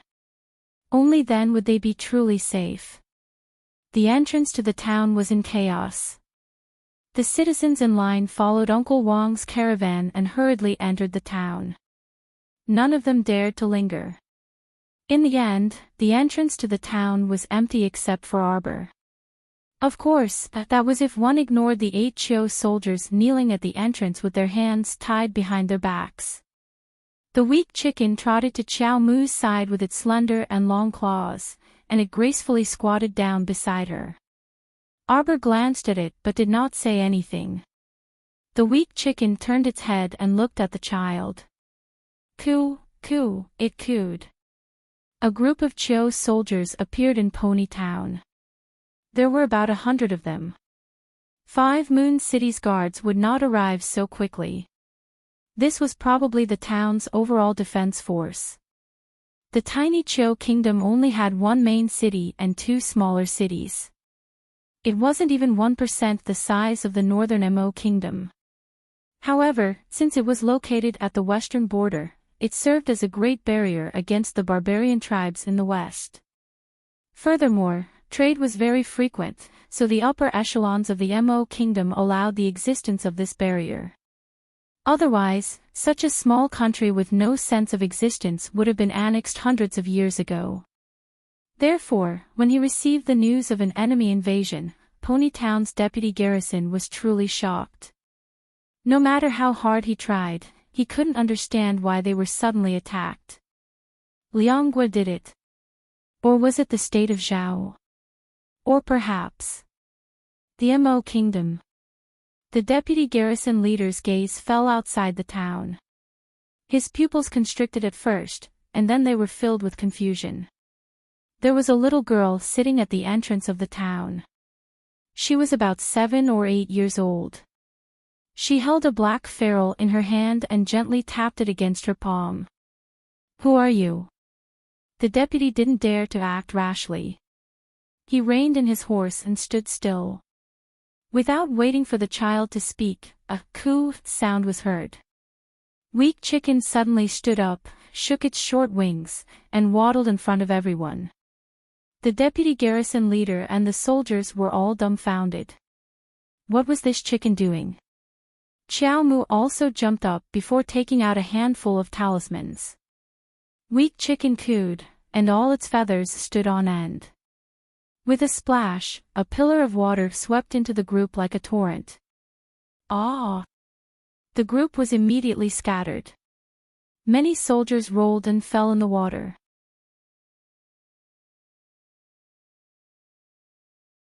Chapter 268. This time, Arbor froze on the spot in a daze. He really didn't expect this weak chicken to suddenly jump out and fly into a rage. This mouthful of water was really good. Arbor's eyes curved. He was about to praise the weak chicken, which he rarely did, when he turned his head to look. The corner of his mouth couldn't help but twitch inexplicably. The weak chicken's current actions were rather strange, but looking at it lying on the ground and shaking its butt non-stop, that wretched appearance was really unbearable to look at. On the other side, the deputy garrison was helped up from the ground with a dark face. He was drenched from head to toe, looking like a drowned rat. When he got up, the deputy garrison's feet slipped, and he managed to stabilize himself with great difficulty. He turned his head and berated his soldiers to regroup. A bunch of cowards. So many people couldn't even handle a chicken. The deputy garrison roared, "Hurry up, hurry up." When he turned his head to look at the chicken, he couldn't help but be stunned as well. This chicken. What was it doing? It kept shaking its butt and using its claws to dig a hole in the ground. Its butt kept rubbing against the hole. Was it trying to start a fire on its own? Or was it fucking constipated? Sir. This chicken fiend is very strange. A soldier stretched out a finger and pointed at the weak chicken as he spoke in a genteel manner. Nonsense. Can't I see that there's something strange about this chicken? Who would normally raise a chicken that could spray water so far? Not only did it wash over 100 of them, but it also drenched them all. What an outrageous chicken. The deputy guard slapped away the arrogant soldier with a slap. All of you. The deputy garrison stretched out his hands and gestured for them to charge forward. All of you, go. Capture it alive for me. See if I don't kill it alive and steam, fry it. Coo. The weak chicken raised its head and looked at the deputy garrison with a cute and innocent face. The deputy garrison felt like he had seen a ghost. Why did he feel like this damn chicken seemed to understand what he was saying? Go! The deputy garrison shook his sleeves, and a bunch of soldiers behind him roared and rushed toward the weak chicken that was digging a hole in the middle. Xiao Mu stood behind weak chicken and couldn't help but raise her hand to cover her face. Newbie had been digging a hole. Could it be that it was digging a coffin for itself and jumping in to bury itself? Screech! Suddenly, weak chicken let out a long and clear cry that tore through the sky. Under everyone's watchful eyes, the weak chicken's body was undergoing a strange transformation. It kept rubbing its butt, and its sharp tail feathers kept extending and extending. A wisp of blue light suddenly bloomed all over its body. Its pair of pitifully short wings suddenly spread out, leaving behind a gorgeous shadow. When it spread out, it was at least 10 meters long, and its green wings stretched straight to the horizon. Xiao Mu was dumbstruck and subconsciously blinked her eyes. Compared to the young master's dumbfounded expression, the deputy garrison guard and his men were the most terrified. They wished they could poke their own eyes out for comfort. Chicken. Chicken my ass. What kind of chicken was this? Who could tell them that this big bird with beautiful wings and green eyes, which part of it looked like a chicken? Ha! Ah! If slapping themselves 3 times could make them think that everything in front of them was a dream, they would be more than happy to slap themselves in the face. SS sir, TTT this is a divine bird, right? Do I need you to spout nonsense? This isn't a chicken, anyone can tell. Screech, the green bird flapped its super huge wings and suddenly rushed into the air, circling above everyone. The deputy garrison guard was so scared that he fell on his butt, his old face dark.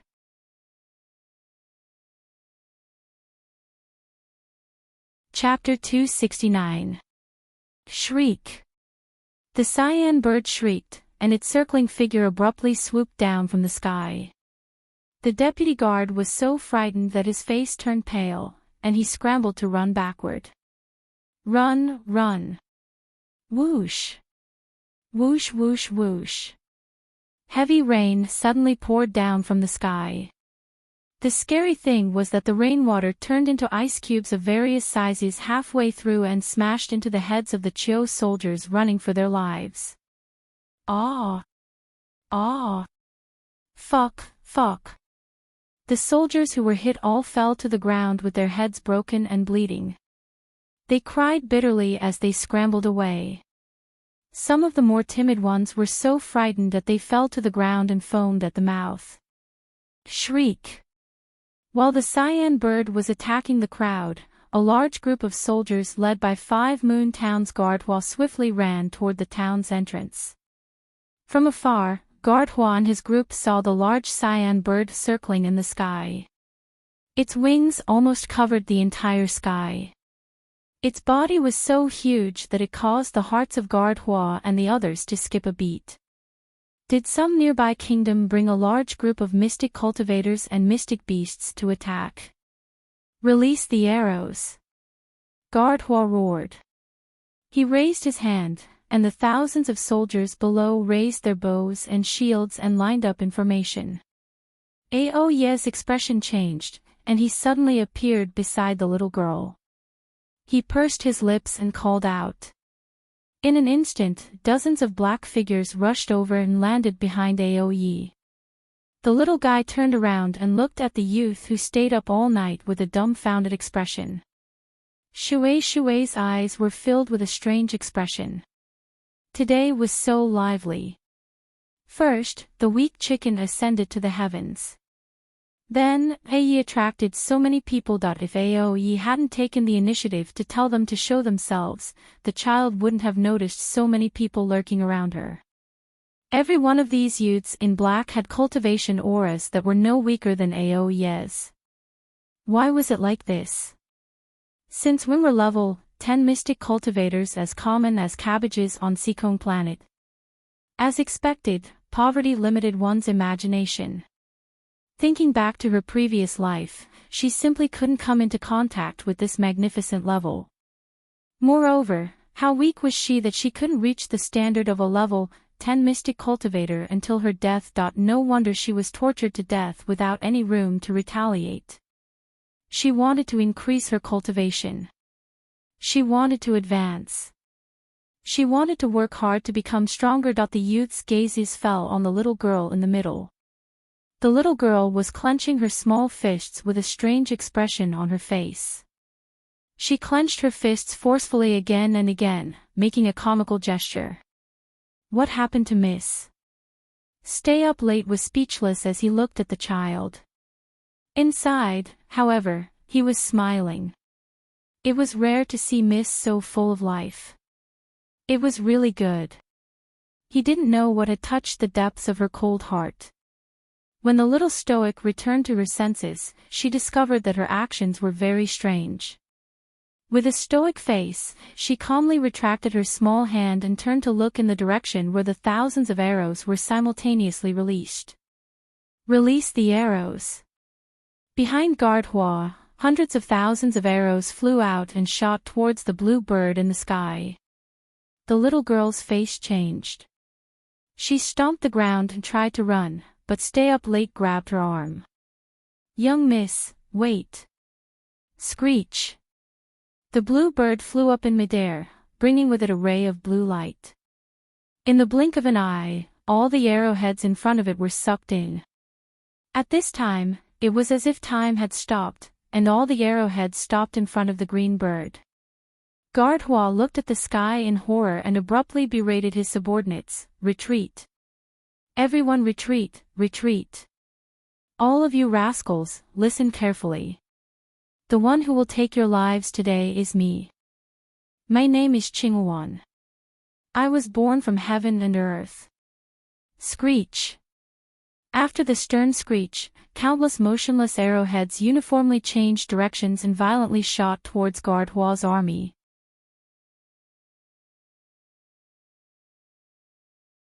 Chapter 270. Ah! Gardhua and his men ran into the town, scared witless. They scrambled to find cover to block the arrows. However, the arrows came too suddenly. The Chiu soldiers had no time to react. At least half of them were injured by the arrows. They fell to the ground and wailed in terror. Xiao Mu's face was filled with shock. After a while, she pulled her gaze away from the scattered Chiu soldiers. She looked up at the sky and suddenly heard a low cry. The blue bird quickly flew in front of her. Before she could react, she felt her body lighten. She was thrown onto the bird's back, and it rose into the air. The child knelt on the bird's back in a daze and looked down. Gardhua was hiding in the crowd. He was furious. With the help of a few people, he managed to climb up the town's observation tower and ordered the soldiers to use the large crossbows to shoot the blue bird in the sky. These large crossbows were powerful and had a long range. However, they had an obvious weakness: they were slow to load. Gardhua's expression was vicious. He didn't order the soldiers to aim at the blue bird, but the child on its back. However, just as he moved, Ao Ye's sword was pressed against his neck. Gardhua didn't even see the figure clearly. All he saw was dozens of black figures quickly climb up and occupy the observation tower. With a few slashes, they slit the throats of the surrounding Chiu soldiers. Blood dripped down the high platform. Below, thousands of soldiers raised their spears and machetes and surrounded the entire observation tower. Ao Ye's sword lightly touched Gardhua's neck.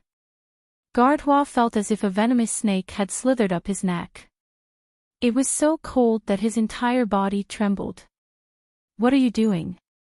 "Obediently retreat, and I'll leave your corpse intact." With that, he took out a token and waved it in front of Gardhua coldly. Gardhua's pupils constricted. If not for the fact that he was being held by someone, he would have collapsed to the ground already.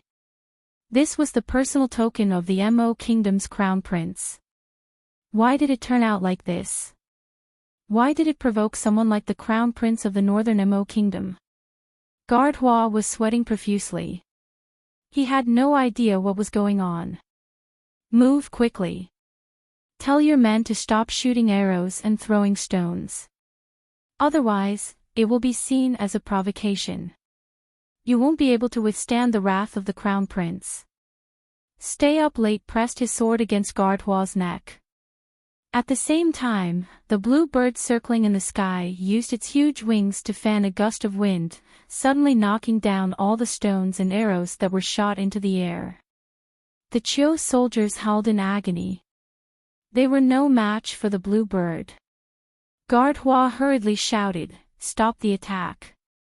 Stop!" Screech! The blue bird flapped its huge wings and glided across the vast blue sky. In an instant, it disappeared before everyone's eyes. Stay Up Late slid his sword across Gardhua's neck and tossed his corpse off the watchtower. The Chiu soldiers reached out to catch Gardhua's falling corpse. They were all leaderless and fearful as they looked up at the dozens of black-clothed youths with powerful auras on the observation deck. Go back and tell your great king to properly inventory a batch of supplies and send it to Miss Chiao from the Holy Water Sect's first peak as compensation for your offensive words. If the compensation isn't in place within 3 days. Stay Up Late narrowed his cold eyes. You don't want to know the consequences of offending our crown prince. After throwing down these harsh words, the group of black-clothed youths immediately left. They naturally didn't care about the Chiu soldiers' wails below.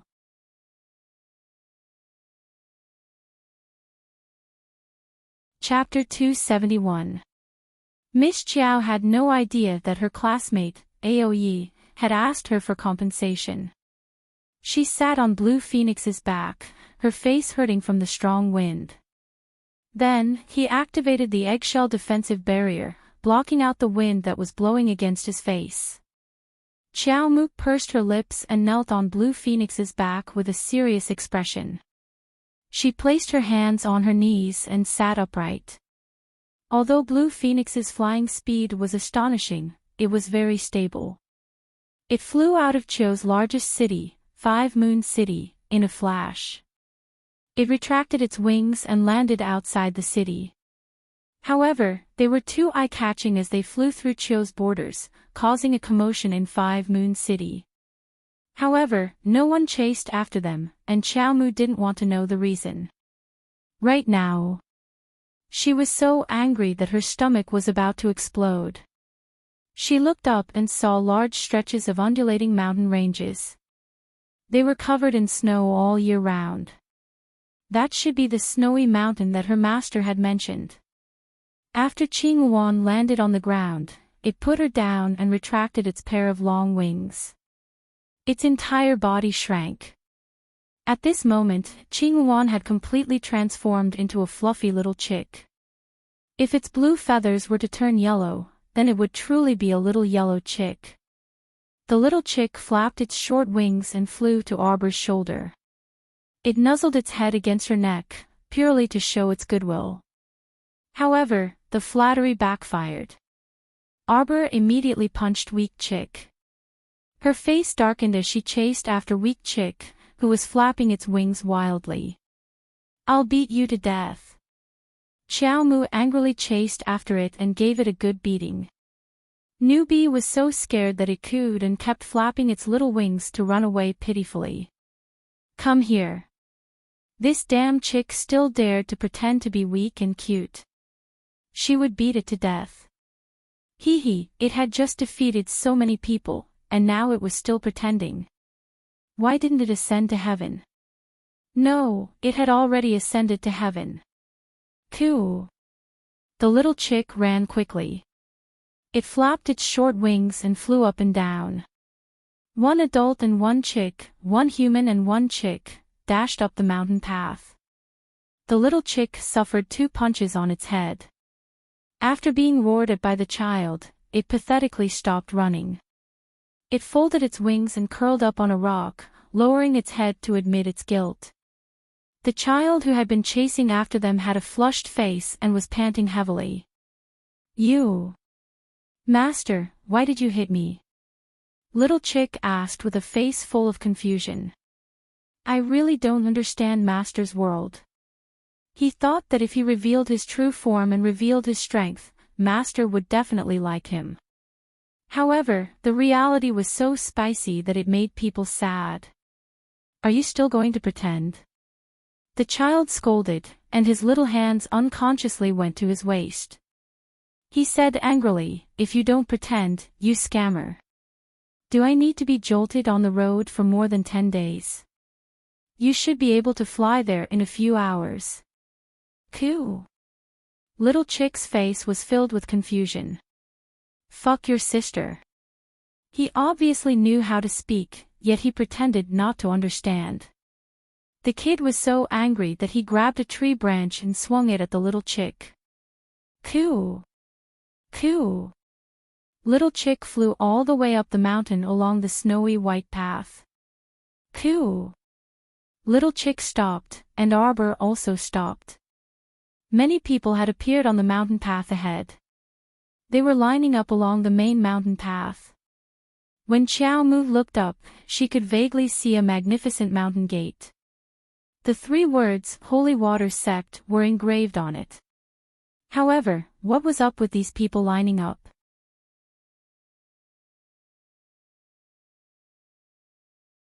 Chapter 272. Excuse me, uncle. Auntie. Sister-in-law. Hey. Hey. Excuse me, excuse me. Excuse me. The little fellow had short legs and a small body, so she was stuck in the sea of people. Seriously, it was almost impossible to fish her out. The adults who were patted all turned their heads and looked down. Only then did they see a scowling little girl running past their waists. This child. Stop. Child. Why are you cutting the line? Line up at the back. Right, line up. Don't think you can cut the line just because you're young. We've been lining up here for a long, long time. That's right, this child doesn't have any etiquette at all. Back, line up. Xiao Mu was immediately blocked by several aunties on the mountain path. She tilted her head and looked at the holy water sect in the distance. It was at least 1,000 steps away. Every step on the winding mountain path was packed with people of all ages. For some reason, the line was so long that she couldn't see the end of it. Speaking of which, why was she cutting the line when she was returning to her own sect? Xiao Mu took a step back and looked at the aunties and sisters-in-law blocking her way with wide eyes. She couldn't help but frown. Why are you lining up here? Hey! This child. You're still acting like you don't know what's going on. Oh, you're so young, but you're quite scheming. Then why did you come here? An older sister-in-law said to Xiao Mu with a glare as she clutched a shy 12-year-old girl next to her. I came to find my master. Xiao Mu impatiently tried to squeeze through the crowd. Stop. Who didn't come to find master? That's right. This child is too. Where are your parents? They didn't bring you to line up. Another auntie angrily scanned Arbor while holding her 8 or 9-year-old granddaughter's hand. You also came to find master. Shit.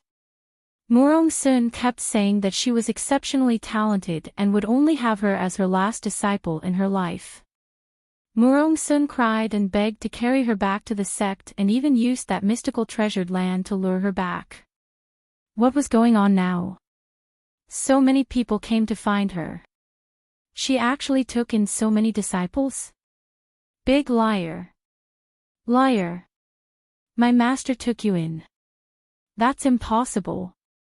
These aunties didn't look like mystic cultivators. Why did master take them in? Bring her back to do laundry, cook, and mop the floor. What are you talking about?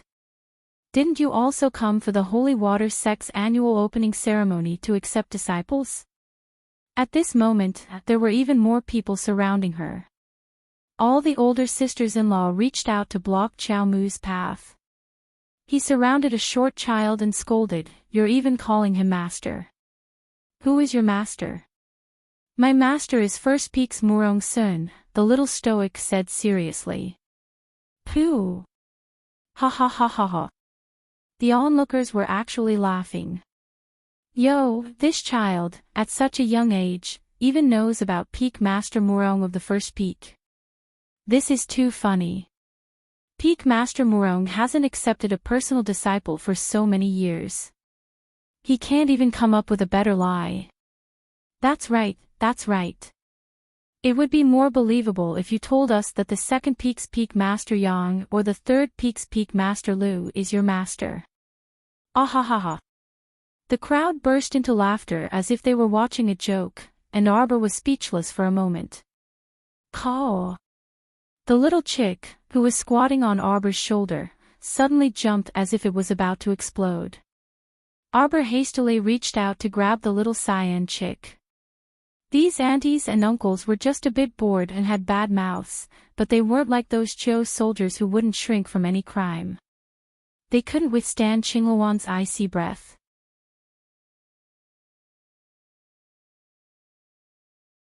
Chapter 273.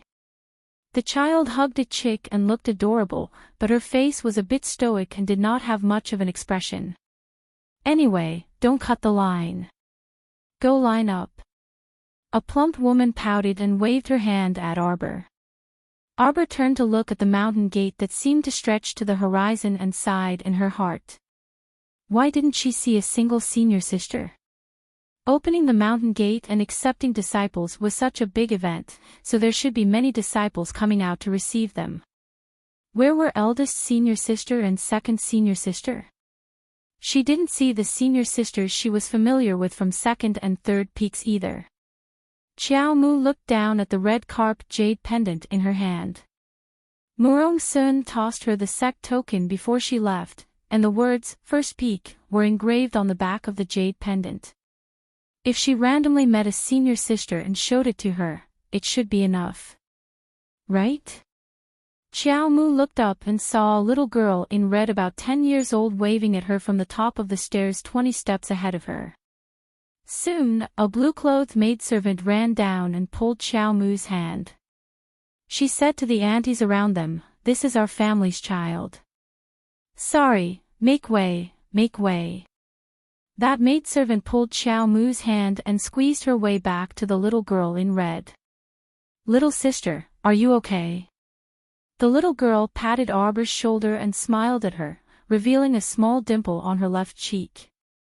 Xiao Mu woodenly shook her head. "You're also here to participate in the holy water sex entrance test, right? Don't be scared, just stay by my side." Are you also from the nearby Chou Kingdom?" The little girl in red was dressed in a neat riding outfit, but she was valiant and formidable at such a young age. It did not seem like she was from the Chou Kingdom. "No." The little girl shook her head. "We're from the Alava tribe in the west." "I'm Doya." "What about you? What's your name?" "And my name is Arbor," the little stoic answered. However, she thought, holy water sex entrance test is such a big event, so it must have spread all over the world. No wonder there are so many people lining up here. Doya smiled, and the dimple on her left cheek deepened. She reached out to rub the little stoic's frozen face. "Little sister, don't pull a long face. It should be our turn to be tested very soon." Then, as Miss Doya had said, it should be very soon. Damn, it was not until the sun had set in the west that they finally saw 2 or 3 people in front of them. It was almost their turn to be tested. Xiao Mu was so depressed that she wanted to squat on the floor and draw circles. After queuing for so long, he finally saw his own sect. If he had known earlier, he would have asked his senior sisters for a sect messaging talisman. "Stretch out your left hand." 2 female disciples were sitting in front of the mountain gate. They had set up a long table. At this time, the sky was slightly dark, but the rows of stone troughs on both sides of the mountain gate were already burning with raging flames, clearly reflecting everyone's faces.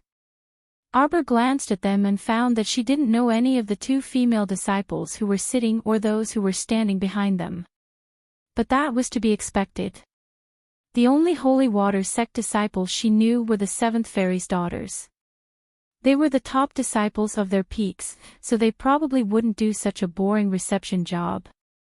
Darling Qiao made up her mind to flash her identity token when she went up later. How could there be such a scam like returning to the sect? However, wasn't the holy water sect's test a bit too sloppy? The senior sister just now had a 9-year-old girl stretch out her hand and then poured a drop of water into her hand from a jade bottle. Several seconds later, she took back that drop of water and expressionlessly said, "You didn't pass." Next.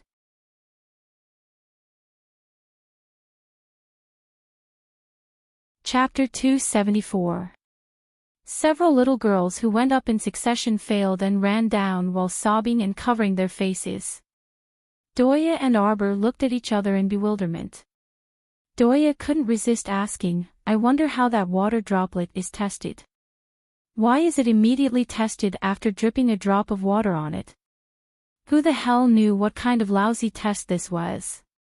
Xiao Mu's face was stoic, but she couldn't deny her disdain for her sect. Wasn't this a waste of time? Dripping a drop of water on each of them was considered a test. If this happened to her, she might not be able to pass this crazy test. Next. Doya suddenly gripped Arbor's small hand tightly. She took a deep breath and quickly walked up. A drop of water landed on Doya's left palm. A few seconds later, the water droplet actually rolled back and forth in Doya's palm, emitting a soft glow. This glow was held in Doya's palm as if she was holding a wisp of bright moonlight, illuminating her spotlessly white and flawless face.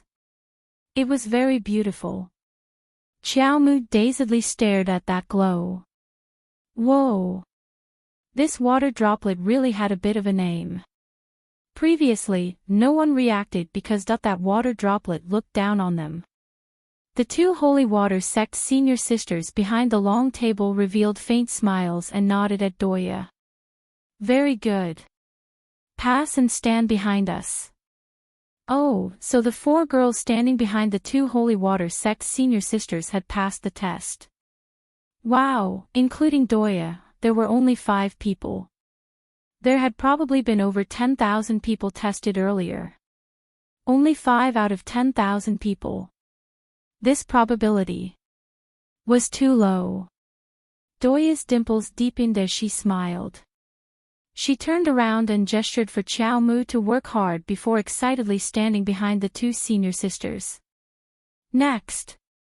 The 2 holy water sect senior sisters were startled when they saw Qiao Mu walking up. Wasn't this child too young? Many people surged up the steps behind them and squeezed between the first and second steps to watch the test. They all whispered to each other and asked about the test. When they saw the child, the women who were blocking her earlier all pursed their lips in disdain. This child is so young. She definitely won't pass. That's right. If it was that easy to pass, so many people wouldn't have been eliminated. Qiao Mu bounced in front of her 2 senior sisters and reached out to touch the red fish jade pendant in her pocket. Stretch out your left hand. You don't need both hands, one of the senior sisters said softly. Yes, don't be nervous. It won't hurt. The other senior sister also nodded, thinking that Arbor was so nervous that he didn't know where to put his hands and feet. Qiao Mu was speechless. What's wrong? There are still so many people who haven't finished the test yet. Master. The 2 female disciples stood up at the same time and bowed respectfully to the person who had come. The newcomer looked to be around 26 or 27 years old. She was dressed in a purple dress with purple bamboo embroidered on the hem. She had a smile on her face and looked like she wouldn't keep a straight face no matter who she met. It's fine. You guys continue.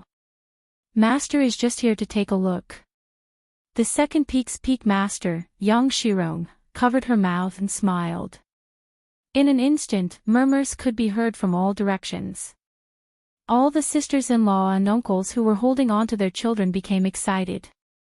This was the second peak's peak master Yang. If she saw how outstanding their children were during the test, she would definitely take them in as her disciple immediately. Alright, let's begin the test. Little sister, stretch out your left hand. Xiaomu had a puzzled look on her face. She had just taken out the jade pendant from her pocket when her left hand was pulled over. A drop of ice-cold water that seeped into her bones dripped onto her small palm. Suddenly, the drop of water emitted a bright and flawless light in the child's palm. A blinding white light spread out from her palm. Compared to Doya's faint soft light from before, this was what it meant to be truly radiant. In an instant, it cut through the night and illuminated the surroundings.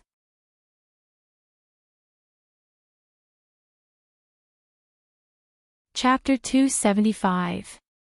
Young Shirong's eyes widened in shock. The gentle expression that had never changed for 10,000 years had long since disappeared. What replaced it was shock. Shock. And shock again. Quick, give her another drop. Young Shirong's eyes narrowed in excitement as she stared at the child who was standing there dumbstruck, as if she was afraid that the child would be taken away immediately.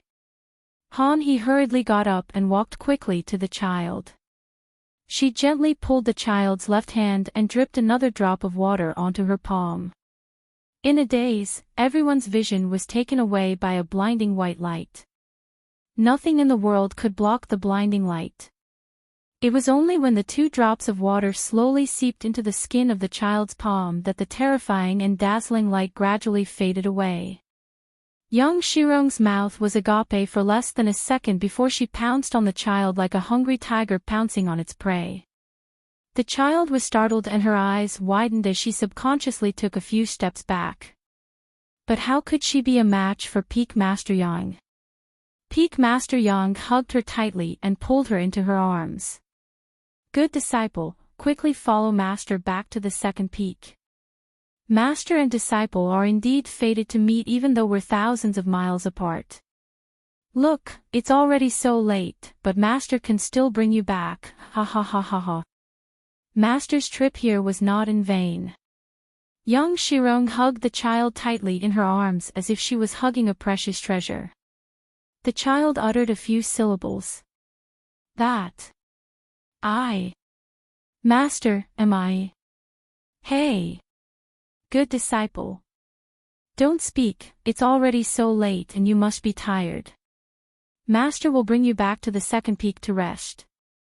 Then, without waiting for the child to speak, she flew away with a whoosh. Her speed was so fast that it was as if something was chasing after her.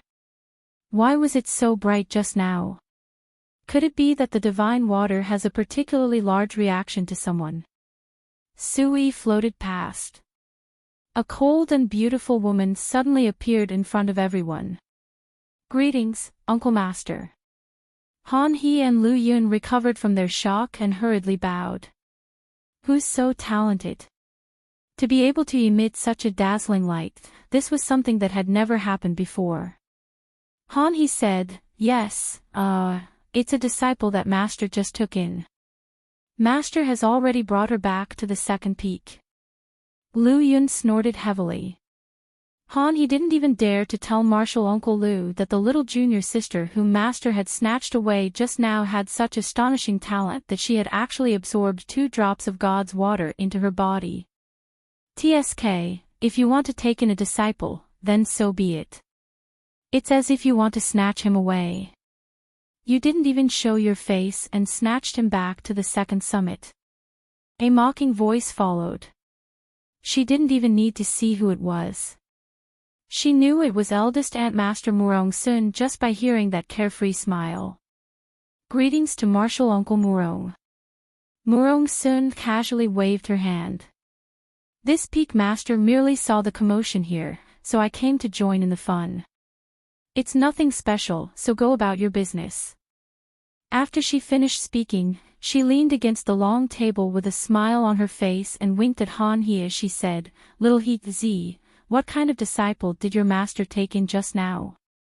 He ran away in such a hurry. It's not like it can't be exposed. That junior sister with great talent." Murong-sun was displeased when she heard this. She snorted and turned her head away while waving her hand. No matter how talented she is, she's not as talented as my youngest disciple. Your master picked up a pretty good one and treated her like a treasure. In the future, I'll let her experience what it means to truly have outstanding talent and be as smart and adorable as snow.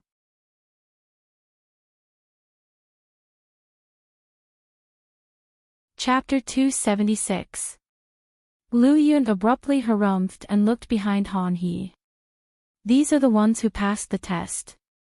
Yes, and master. Lu Yun waved her hand at Doya and the short girl next to her. The two girls' faces flushed with excitement, and they immediately ran over. What are your names? Follow me back to Third Peak. Doya immediately smiled, revealing her deep dimples. She hastily nodded and said, Master, this disciple's name is Doya. This disciple's name is Zhangyu. The girl called Zhangyu was half a head shorter than Doya, but she was chubby and much wider than Doya.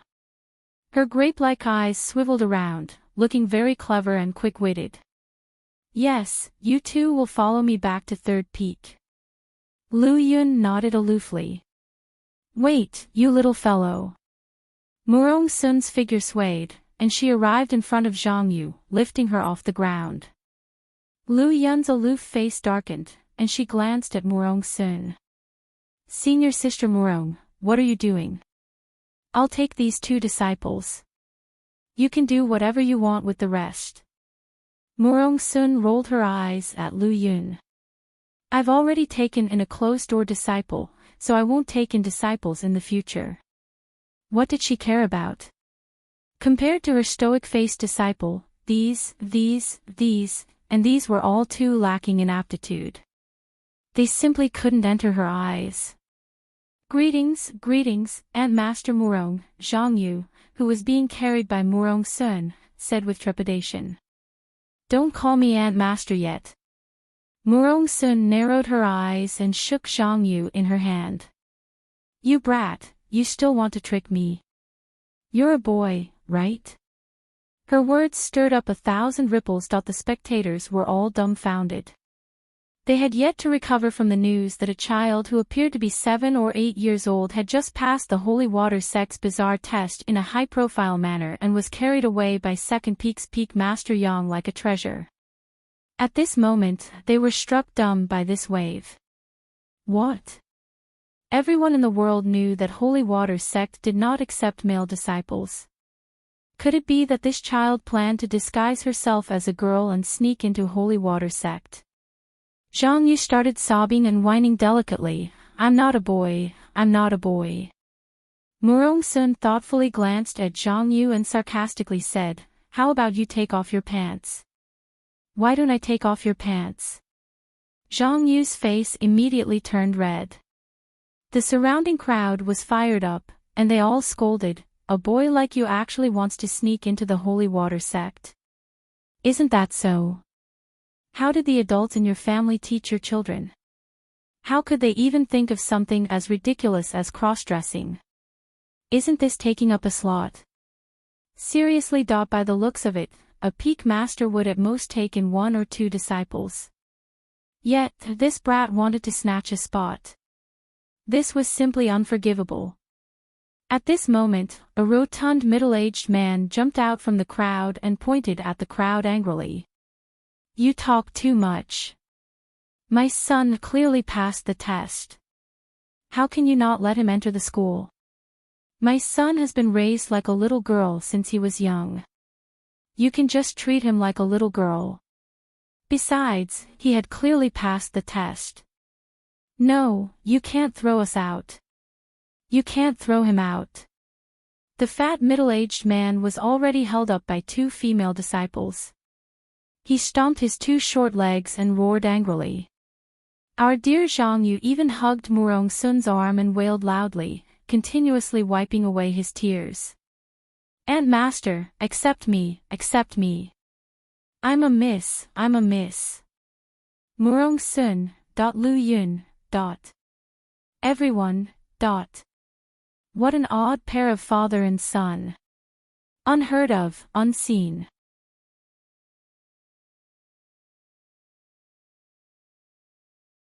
Chapter 277. Murong Sun did not know whether to laugh or cry as she waved her hand. Invite them down the mountain. The first rule of the Holy Water sect was that they did not accept male disciples.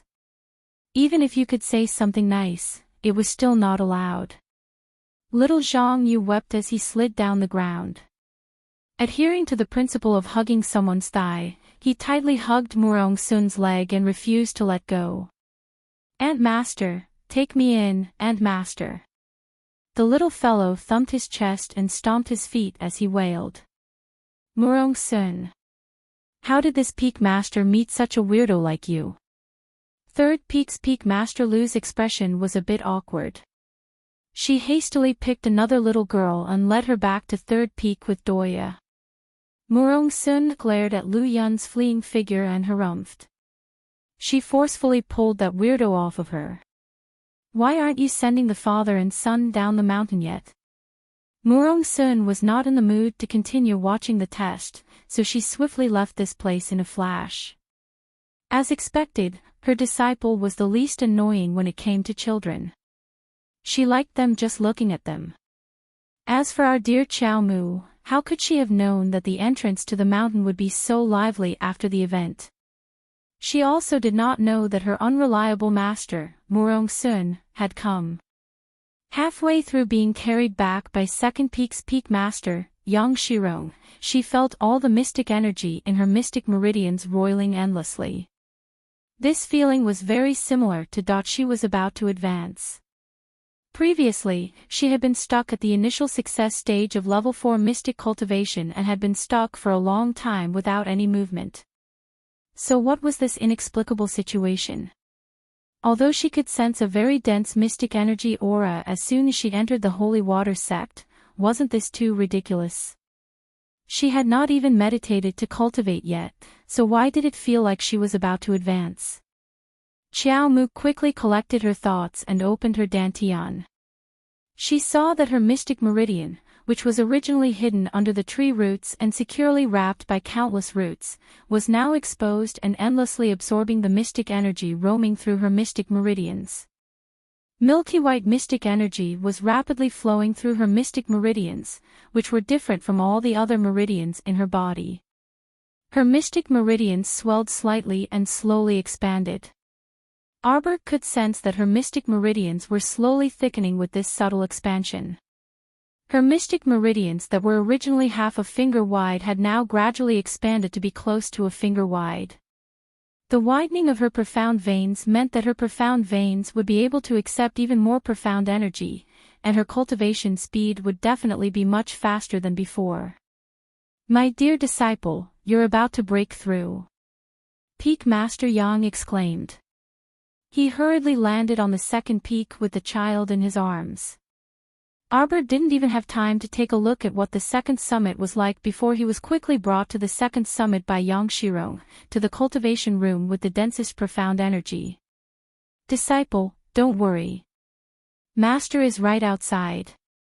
Focus on advancing, don't be impatient. Also, don't rise too quickly all of a sudden. Maintain a steady state of mind. As cultivators, we must have a limit in our hearts and a bottom line. Advancing to a certain level is enough, even if there is still energy left over. This child looked like she didn't have any cultivation just now, so how did she suddenly display the cultivation of a level 4 mystic cultivator? How would young Shirong know that due to the fact that he was about to advance, the profound energy in Arbor's body was flowing so violently that it directly dispersed the aura concealing talisman's power? After the cultivation room closed, young Shirong was still worried and paced back and forth outside. The child looked too young, so she didn't even know if she understood what she said just now. Young Shirong was worried that the child would be too excited and directly advance without any obstructions. This definitely wouldn't be beneficial to her future cultivation. 2 drops of sacred water had been absorbed into the child's body, so the effect of her advancement would definitely be very terrifying. She hoped everything would go smoothly.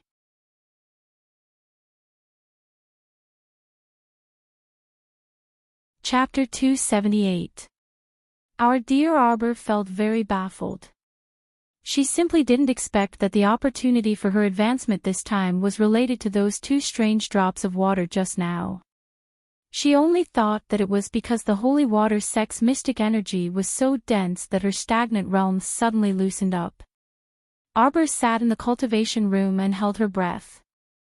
She immediately sensed the endless mystic energy pouring in from the outside and entering her mystic domain through her rapidly agitating mystic meridians at a terrifying speed. The sapling Chocho in her dantian happily extended its branches and hurriedly absorbed the mystic energy continuously pouring in from the outside world. It sucked in mouthfuls at a speed not inferior to Arbor's absorption speed as it fought over mystic energy with its little master. Our dear Xiao Mu, who had long been accustomed to the deceptive tree bandit's methods, could already turn a blind eye to it and not care in the slightest. Right now, she only felt a bit shaken. The mystic energy rapidly flowing in her mystic meridians was rushing into her mystic domain at a jaw-dropping speed. The barrier to the initial success stage of level 4 mystic cultivator was broken through in an instant. Our dear Xiao Mu quickly experienced what was called an abnormal advancement method. She watched helplessly as the barrier to the phenomenal success stage of level 4 mystic cultivator, and even the peak stage, was broken through, and she triumphantly advanced all the way to level 5 mystic cultivator. This kind of advancement speed caused Arbor to become vigilant. She looked inside her body again and saw that other than the milky white mystic energy continuously surging in her mystic meridians that were close to the width of a finger, there were also strands of an unknown silver substance that floated back and forth in her mystic meridians. Compared to the dense mystic energy, these strands of silver were pitifully few. However, Arbor's brows furrowed slightly. In her previous life, she had never seen this kind of silver substance in her mystic meridians. However, now was not the time to think about this. The urgent matter at hand was to suppress her rapidly advancing cultivation as soon as possible. Aunt Master Yang was right. Mystic cultivators had to have a limit when it came to mystic cultivation. They couldn't blindly advance rashly in their cultivation. It was better to stabilize it before advancing. She had broken through from the initial success stage of level 4 Mystic Cultivator to the phenomenal success stage of level 5 Mystic Cultivator in one go. Her mystic energy increased explosively without any signs of slowing down. This truly was a bit flustered. After absorbing so much profound energy in one go, his entire profound veins, including his profound domain, could be said to have expanded to the extreme. If this continued, it would be very easy for him to explode and die. Furthermore, if one were to advance too quickly, it might cause one's own realm to become unstable, which would not be beneficial to one's future cultivation. However, she couldn't stop it. The momentum of her advancement was like a ferocious tiger released from its cage, charging all the way up. She was a peak level 5 Mystic Cultivator. The barrier to level 5 Mystic Cultivator had been completely broken. She had entered level 6 Mystic Cultivation and was gradually reaching level 6 Mystic Cultivation. Xiao Mu was on the verge of tears. She subconsciously called out, "What about Chocho? I can't stop the momentum of my advancement.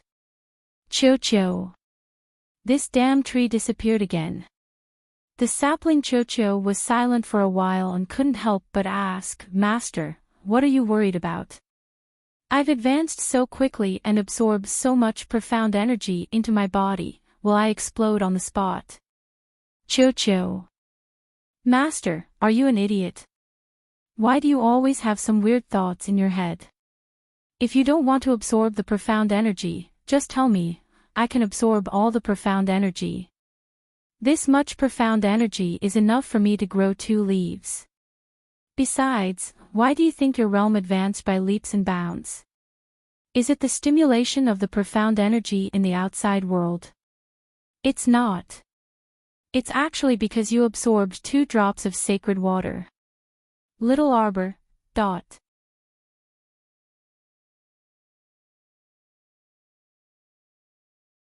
Chapter 279. Then what do I do now?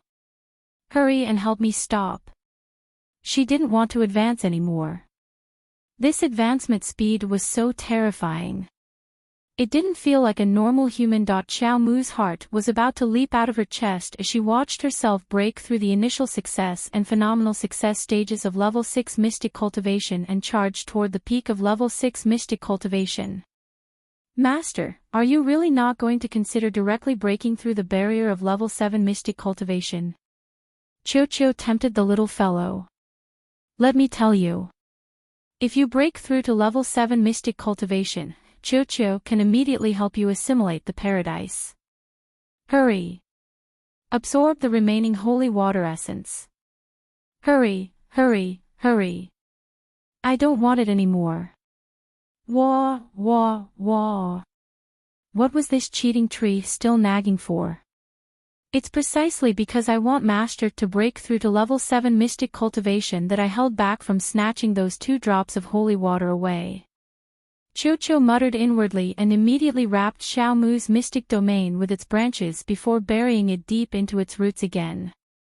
The remaining bit of holy water essence was completely absorbed by the sapling's roots. This process was extremely fast.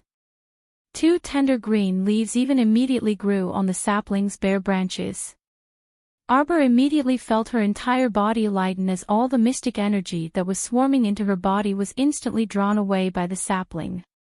She heaved a sigh of relief and hurriedly focused her mind and calmed her breathing as she sorted out the mystic energy flowing in her meridians and mystic meridians bit by bit. The child discovered in astonishment that the mystic domain that originally led to the depths of her dantian was naturally just a mystic meridian. But now, this mystic meridian actually had a fork. The fork was as thin as a line, but there was indeed a wisp of mystic energy slowly swimming within and extending to the mystic domain. Although it was very strange, the little fellow didn't have time to think about it in detail. She instantly charged from the initial success stage of level 4 mystic cultivation to the phenomenal success stage of level 6 mystic cultivation. She was only a small step away from breaking through to the peak of level 6 mystic cultivation. This leap was truly too large. Her heart was still thumping wildly in her chest. Her heart was in a mess, and she almost couldn't calm down immediately. Arbor tried her best to restrain her racing heartbeat and barely managed to calm her mind. She restrained her aura and completely blocked her 5 senses, forcing herself into a completely blank world. Little by little, he stabilized all the restless profound energy in his body, suppressing the rapid advancement of his realm. This sorting process proceeded very slowly, and it wasn't long before Xiao Mu was completely immersed in it, completely ignoring everything else. At the same time, the jubilant sapling was increasing its strength to extract the rich mystic energy from the outside world. When it was delighted to find that one soft and tender leaf after another was slowly emerging from the branches, the speed of its absorption suddenly increased. Profound energy, I'll give you as much as you can. Cho-cho howled in the depths of its heart. In the outside world, the dense mystic energy on the holy water sect's second peak was endlessly flowing toward the cultivation room Arbor was in a very strange manner. After that, the surging mystic energy on the second peak was far from enough to satisfy the bandit Cho-cho. The entire sect's 3 peaks, including the sect master's main peak, were all alarmed. Everyone ran out of the house as they stared in shock at the sky above, at that ball of profound energy that was so dense that it was almost turning gray. So much profound energy was moving towards one place at full speed, completely without a trace of reluctance. Holy shit! All the mystic energy was drawn to the second peak. What the hell is the second peak doing? Originally, the mystic energy on the sect's 3 peaks and the main peak was evenly distributed. Today, this kind of balance was completely broken.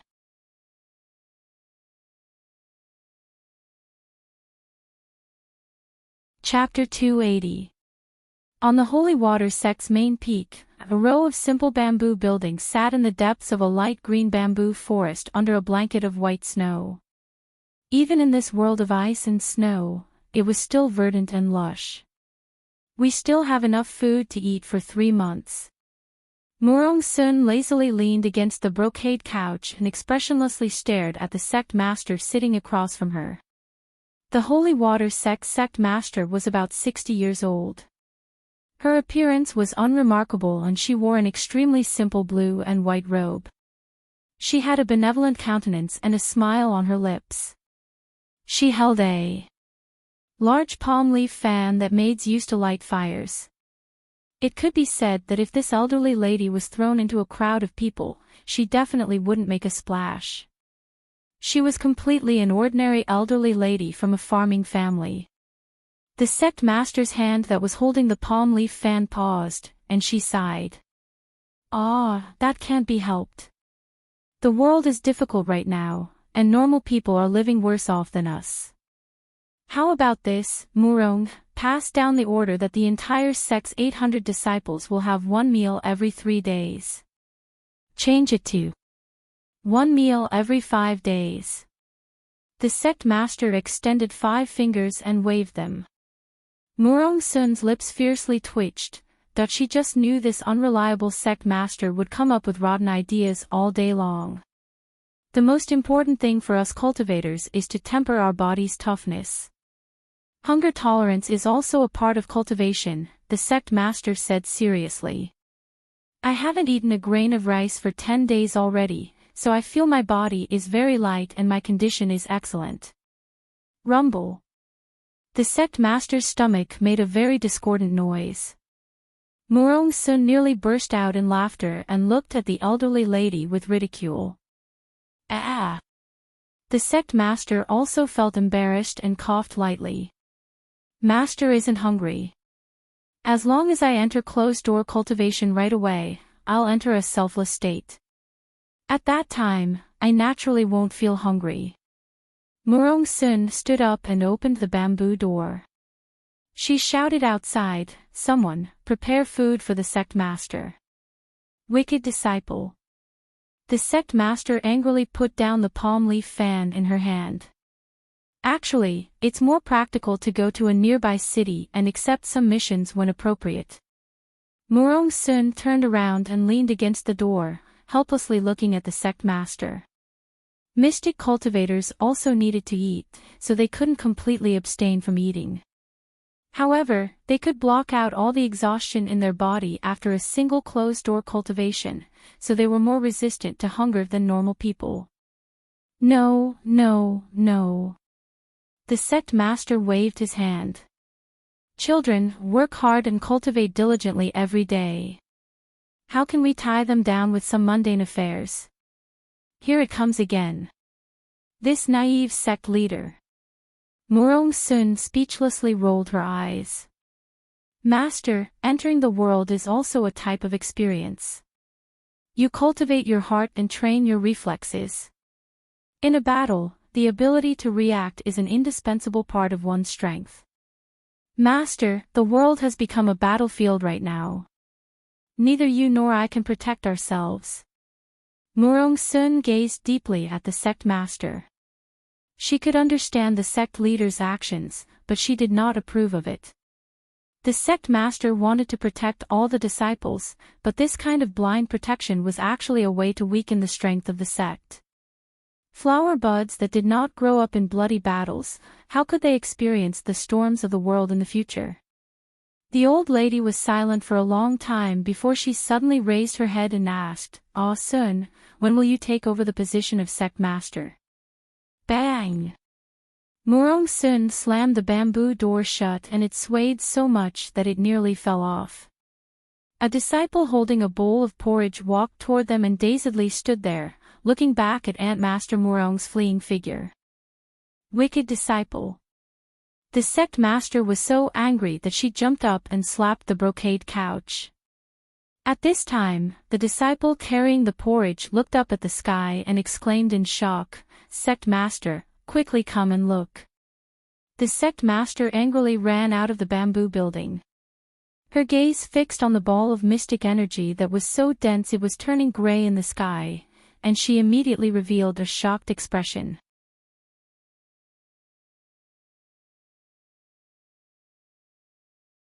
Chapter 281. All the mystic energy went to second peak. The sect master's brows involuntarily twitched. What was this troublesome second disciple up to again? No, she had to go take a look. Whoosh! Whoosh! The sect master, Murong Sun, Lu Yun of third peak, and several personal disciples of first and third peaks all appeared on second peak. Holy Water sect was the only sect among the three sects that did not differentiate between inner and outer disciples. Compared to Heavenly Tao sect and Daybreak sect, which had over 10,000 outer disciples, Holy Water sect only had a little over 800 disciples. It was truly pitifully few. All the disciples of the three peaks were the disciples of each peak master, so the pills, magnetite, and other cultivation resources they received were all treated equally.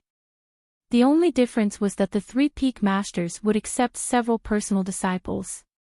Compared to normal disciples, the master-disciple relationship was naturally more intimate, and they could also receive some personal gifts from their masters in private. Compared to the lowly and dispensable outer disciples of the other two sects, all the disciples of Holy Water sect lived in a honey pot. At this time, the little troublemaker, who was cultivating in seclusion on second peak, did not know that her commotion alarmed everyone in the sect. Young Shirong had long anticipated that her master and senior sister would come, so she was already waiting at the front door of Second Peak's main hall to welcome everyone. When she saw them appear, she ran over with a beaming face.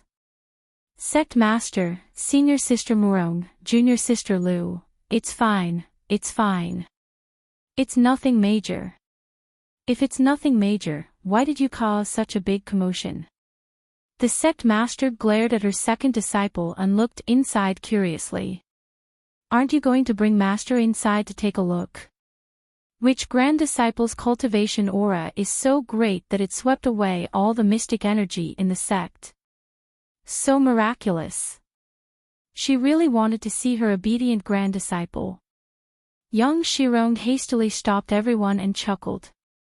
"No, no, you shouldn't go over to avoid disturbing my youngest disciple's advancement." "Oh, ha ha ha." She then winked at Murong Sun. "Senior Sister Murong, our second peak is going to win this year's competition between the three peaks again." Ha ha ha ha ha. How smug. Even Lu Yun, the third peak master, could not stand it anymore. She truly was a petty person intoxicated by success. Murong Sun threw Peak Master Yang a fierce look, "In your dreams.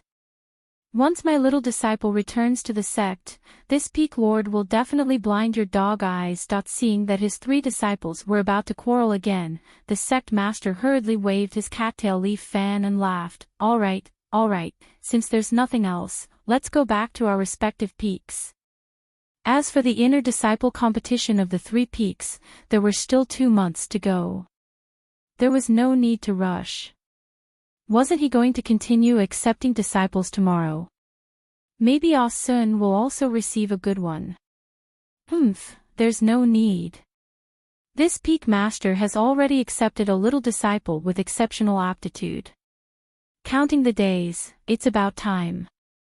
She should be here in the next few days. Murong Sun angrily flung her sleeves and left. The sect master laughed awkwardly and gave his third disciple a look. Lu Yun's face was taut as she stiffly threw down these words, "Second senior sister, then we'll be leaving now. Don't be too cocky. As the saying goes, cocky people will be struck by lightning. Let the green hills never change and the green waters flow forever. Goodbye." Sect master was speechless. Each of his 3 disciples was more unreliable than the last. What kind of nonsense was that? They only saw each other for a short while and started quarreling. Where did the sisterly love between fellow disciples in the same boat go? Young Shirong laughed and happily sent off her master and senior sisters. She then ran back to the child's cultivation room to take a look. She only left after seeing that there was nothing out of the ordinary. However, because of the child's tantrum, all the mystic energy rushed to second peak, so the disciples from the other peaks could only pause their cultivation.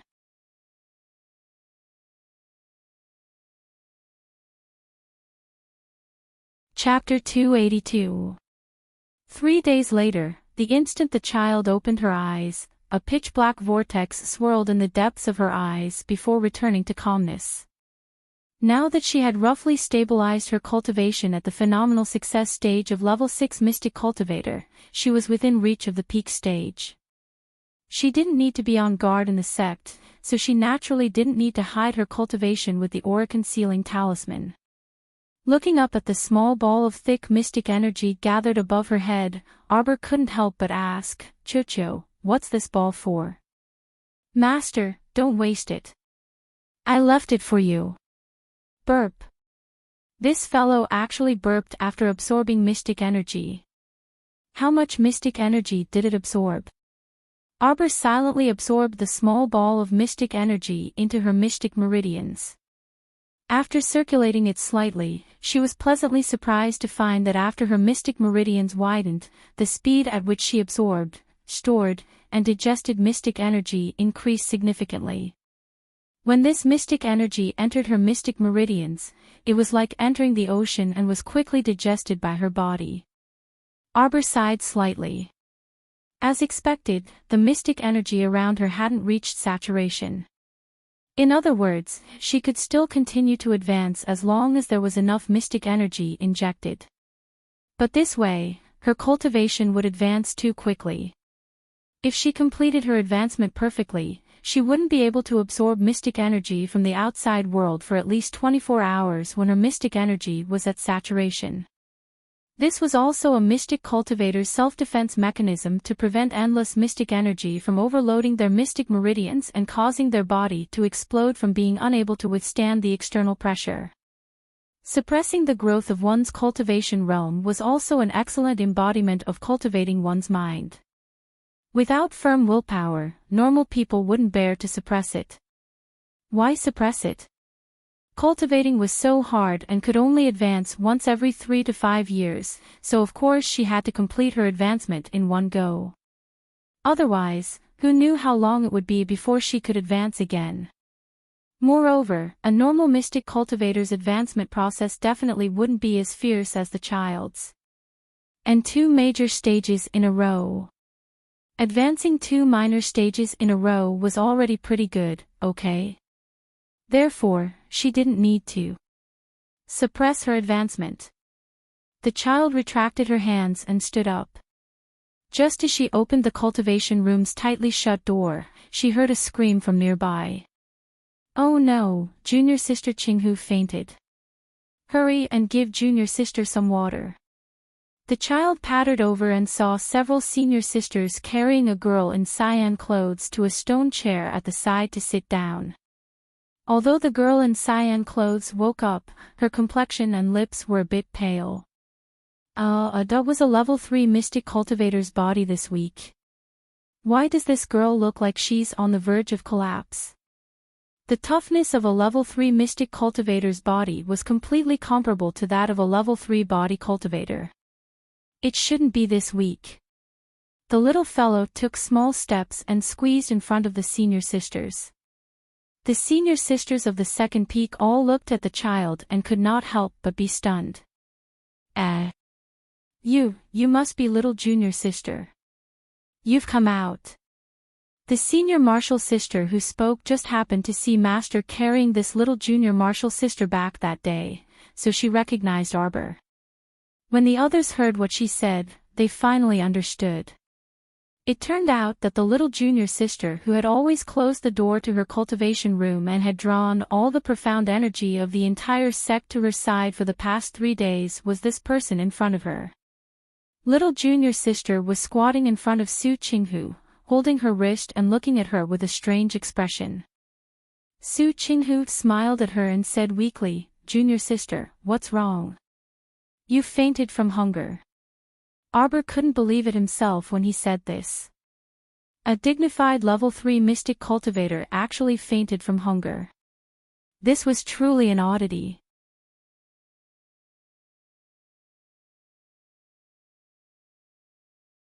Chapter 283. Why did you faint from hunger? Our dear Xiao Mu couldn't believe it. The other senior sisters looked at each other in dismay. What other reason could there be for fainting from hunger? Of course it was because she was hungry. Thinking about how they had already eaten a bowl of red bean porridge 4 days ago, they felt extremely bitter. Junior sister Qinghu wasn't the only one who fainted from hunger, they also felt like they were about to faint. Are you very hungry? The child looked at Su Qinghu curiously. Miss Su smiled shyly at her question. I'm fine, little junior sister. What do you mean you're fine? An 11 or 12-year-old little girl dressed in green jumped out from the side. Her round face was filled with anger as she glared at the child and said, "Why did you faint from hunger? Ask yourself. What did Bao Bao do?" The child was dumbfounded. Junior sister Fong. Su Qinghu looked at Fong Su disapprovingly, then smiled gently at the child. It's nothing, little junior sister. Your senior sister Fong is just this impatient, don't take offense. Also, Master said to find her after you come out of seclusion. Senior sister, you're the only one with a good temper. Fong Su was like a little cannon. She aimed her cannon at darling Qiao and bombarded her. If it weren't for you occupying the cultivation room for 3 days for no reason and transferring all the mystic energy in the sect to yourself, refusing to share even a single piece of the pie with others, would Qinghu have fainted? Would senior sister Qinghu faint from hunger? Humph. Fong Su shouted angrily, it's all your fault. If senior sister Qinghu had entered seclusion cultivation early in the morning and absorbed mystic energy to replenish her body's energy, would anything have happened to her today? Not only senior sister Qinghu, several other senior sisters also fainted because of you. The situation of the other peaks probably isn't any better. Fong Su fired a barrage of words at the child. However, the child was bewildered. She looked at the little cannon senior sisters in confusion. You guys just rely on absorbing mystic energy to eat. That's not very appropriate. Fong Su was truly angered by the child. Her mouth opened and closed as she said angrily, so what if it's not appropriate? Then what if you eat 1 meal every 5 days? What else can you do if you don't seize the time to cultivate? If you don't cultivate, you get even hungrier. Cultivating into a selfless state actually blocked all the negative side effects of the body. But after you're done cultivating, you'll be even hungrier. The child looked at the senior sisters in front of him speechlessly. Why did he feel that they were like a group of retards? Cultivating profound energy could allow one to enter a state of selflessness, and then block off the body's sense of hunger. But in reality, the body's sense of hunger did not disappear. It would only become hungrier as time went on, okay. Ahem. Su Qinghu didn't know whether to laugh or cry when he saw the way the kid was looking at an idiot. Well, junior sister, why don't you go to Master's place first? Here, take it. The child took out a small brown cornbread from the small bag hanging on his waist and handed it directly to Su Qinghu. Before she left, her mother had prepared a lot of food for her. These small cornbread were personally made by her mother. She used corn powder and added minced meat stuffing inside, so it smelled fragrant. It took a lot of effort to do this, and he even asked second uncle to help. Just drying the corn and grinding it into powder with a stone grinder took second uncle a lot of effort. The little fellow stored a lot of minced meat cornbread in her storage talisman. There weren't many in this bag, but because it was more convenient to take them out, she kept them in there. The moment the cornbread was handed to Su Qinghu, many pairs of eyes landed on that minced meat cornbread. Little Canon Fong Su even subconsciously swallowed her saliva, her eyes staring fixedly at that cornbread.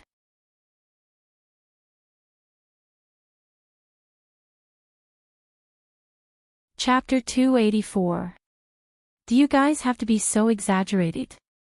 Just a little cornbread is enough to make you guys drool. Xiao Mu dug around in her pocket and took out several pieces of rui cakes that had been squashed flat. These were sent over by the city lord's estate, so she casually grabbed a few pieces and put them in her pocket. However, from the looks of it now, they really did not look good. They had been squashed very ugly. If you don't mind them being ugly, you can have them. The little fellow handed over the rui cakes to senior sister Little Canon.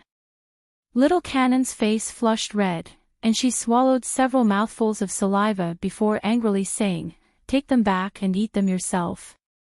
I won't bully you and steal your food." Arbor expressionlessly pulled her hands over and placed the cakes in her hands. "Take them and eat them. I still have a lot here. I really have to hand it to you guys. You're all mystic cultivators above level 3, so why are you like idiots, starving yourself to this extent?" Darling Chow's section break. Holy Water Sect's first peak. Unlike the sect master's simple bamboo forest, First Peak had continuous houses in picturesque disorder, and the winding paths of pavilions and terraces were deep and serene. When Murong Sun was constructing First Peak, she spent time and effort finding several famous craftsmen and tormented them for a long time.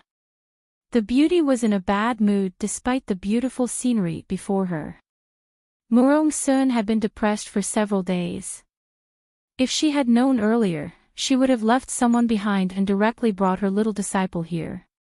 It had been so many days, and the appointed date had long passed, but her little disciple was nowhere to be seen. "Master!" Su Shanshan's aloof voice rang outside the pavilion. "Emichim," Murong Sun weakly responded and lightly jumped down from the pavilion, landing in front of Su Shanshan. "What is it?" "The great king of Chio sent 5 carts of food, cloth, and other supplies. They're waiting outside the mountain gate right now." Su Shanshan's words caused Murong Sun to frown. "The great king of Chio? What do they want to do? Let's go take a look." When Murong Sun led Su Shanshan and the other disciples to the mountain gate, the sect master and junior sister Lu from Third Peak were already there. The sect master chuckled as he sent someone to accept the gift from the great king of Chio. He kept saying, "How could I accept this? The great king of Chio must have spent a lot of money." Murong Sun's lips twitched, and she walked up to stop the disciples who were transporting the goods. She looked up at the Chio soldier captain who was escorting the goods. "What request do you have for our holy water sect to help you deliver so many goods?" The sect master's amiable face immediately changed. "What? You want our sect to do something for the purpose of sending supplies?" "Lu Yun." "Master, don't say anything. Your disciple feels a headache when you speak."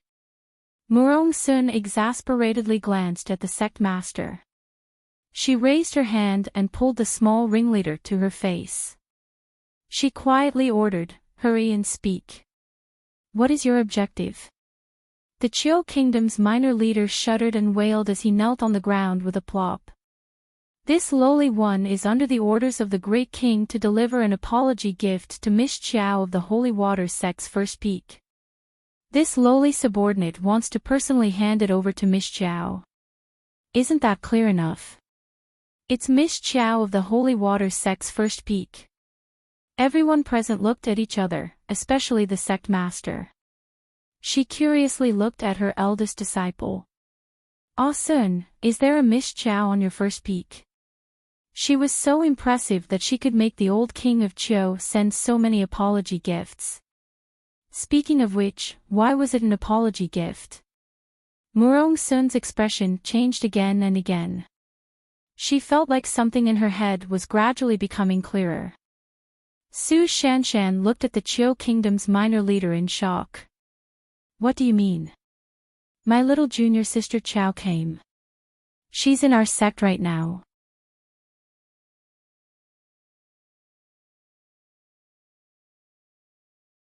Chapter 285. It should be. Someone told us to deliver it to Miss Chiao. The soldier captain grew more and more afraid. Why did he feel gusts of cold wind blowing past him? Murong Sun's expression instantly turned unsightly. Her memories started to flow together. Starting from the light that shot into the sky during the test that night, Second Peak's junior sister Young brought back a disciple with exceptional aptitude.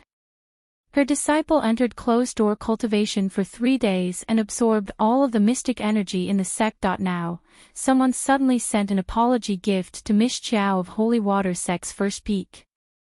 Could there be a second meaning to this? Her little disciple came early in the morning. How was she Second Peak's disciple? She was clearly Murong Sun's last disciple. Shit, Second Peak's Yang Shirong actually dared to snatch Murong Sun's precious disciple back. Ah! Murong Sun felt like she might explode on the spot. What kind of lousy matter was this? And Master Murong. The disciples called out, only to see Murong Sun flying into the air with a whoosh with a dark expression, swiftly flying towards Second Peak. Su Shanshan was startled before hastily following her master. When the sect master saw this, she abruptly slapped her thigh.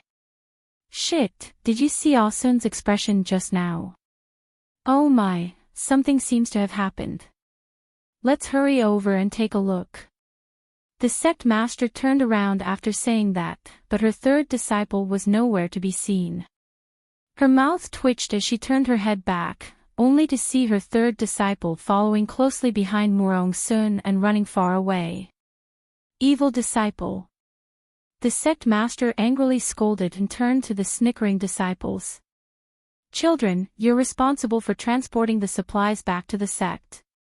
Leave them there first and wait for your little junior sister to receive them. After saying that, she quickly chased after Murong Sun and waved the fan in her hand back and forth. She hastily shouted, Ah Sun, let's talk nicely. We can't be impulsive. It would be even better if the sect master could rein in her amused expression. On the other side, Arbor was watching Su Qinghu eat the cornbread before nodding and asking, how do I get to first peak from here? That day was a bit funny. And Master Yang caught her and ran back, but she immediately went into closed-door cultivation afterward and did not even have a chance to explain. Why are we going to first peak? Little Pao felt her empty stomach felt a bit better after chewing on a piece of pastry. We can only fly to first peak. She had to be at least a level 7 mystic cultivator before she could successfully cross it. As for the other disciples, we had to rely on big cranes to go up and down the snowy peaks. If he wanted to visit another peak, he had to report to the chief disciple of his peak. It was not every day that he could visit another peak. Big crane basically comes once every 5 days, it came yesterday. It's still like this. Wouldn't that mean that she wouldn't be able to go to the first peak for a few days? Chiao Mu furrowed her brows, conflicted. She had originally planned to leave quietly, but now it seemed that she still had to find Marshal Uncle Yang to clarify this matter. Just as he was speaking, Yang Shirong's cheerful voice sounded, I heard that my little disciple has come out of seclusion. Quick, come over and let Master take a look. Yang Shirong, shut up. Who is your little disciple? A red figure moved like a bolt of lightning, arriving at the child's side before Yang Shirong and picking her up.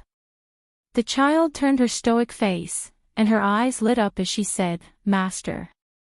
Murong Sun grumpily flicked her forehead. "Silly."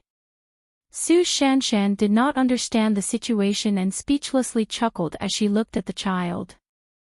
"Little junior sister, you're truly naughty. Master was waiting for you in first peak, but you didn't show up. Who would have thought that you would sneak back to the sect and come to marshal Uncle Yang's second peak?" Yang Shirong felt something was off the more she heard this. She anxiously ran over and angrily yelled, "Murong Sun, what are you doing? Let go of my disciple." "Your disciple?" Murong Sun turned around with the child in her arms and dangerously narrowed her eyes.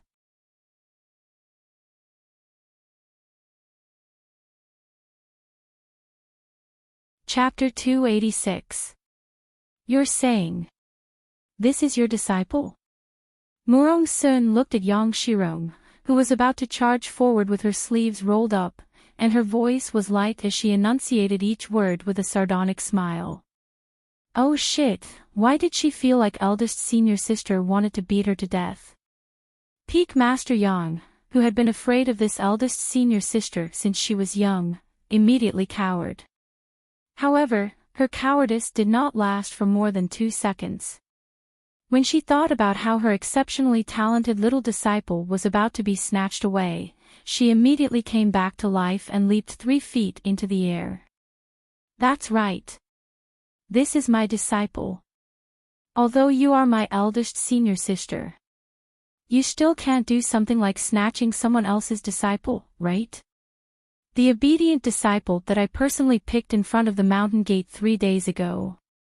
Everyone saw it with their own eyes, humph. Hurry and let go of her. Why are you hugging her? Was her disciple that easy to hug? As soon as Yang Shirong finished speaking, she inexplicably felt a chilly sensation slide past her neck. When she looked up again, shit, Murong Sun had soundlessly arrived in front of her. She was so close yet she was still grinning. Shit. Peak Master Yang involuntarily took a step back and crossed her arms in front of her, assuming a defensive posture. She roared, "What are you doing?" The second peak's disciples all covered their eyes. Their idiot master was clearly cowering, but she still forced herself to hold on.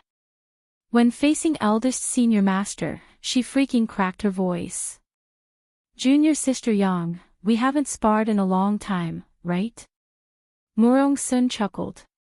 Yang Shirong felt like a bucket of cold water was poured over her from head to toe.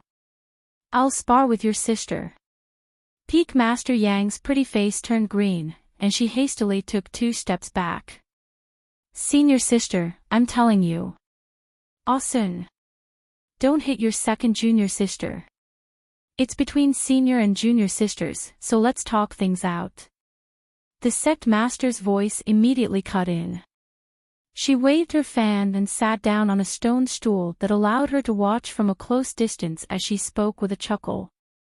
Lu Yun pursed her lips. If Master didn't act like a spectator, her acting would be more convincing. "Do you want tea, Master?" Lu Yun humphed. "Oh, give me some." The sect master accepted the tea from the second peak's disciple and drank it as she watched. "Come, my disciple, wait for me here.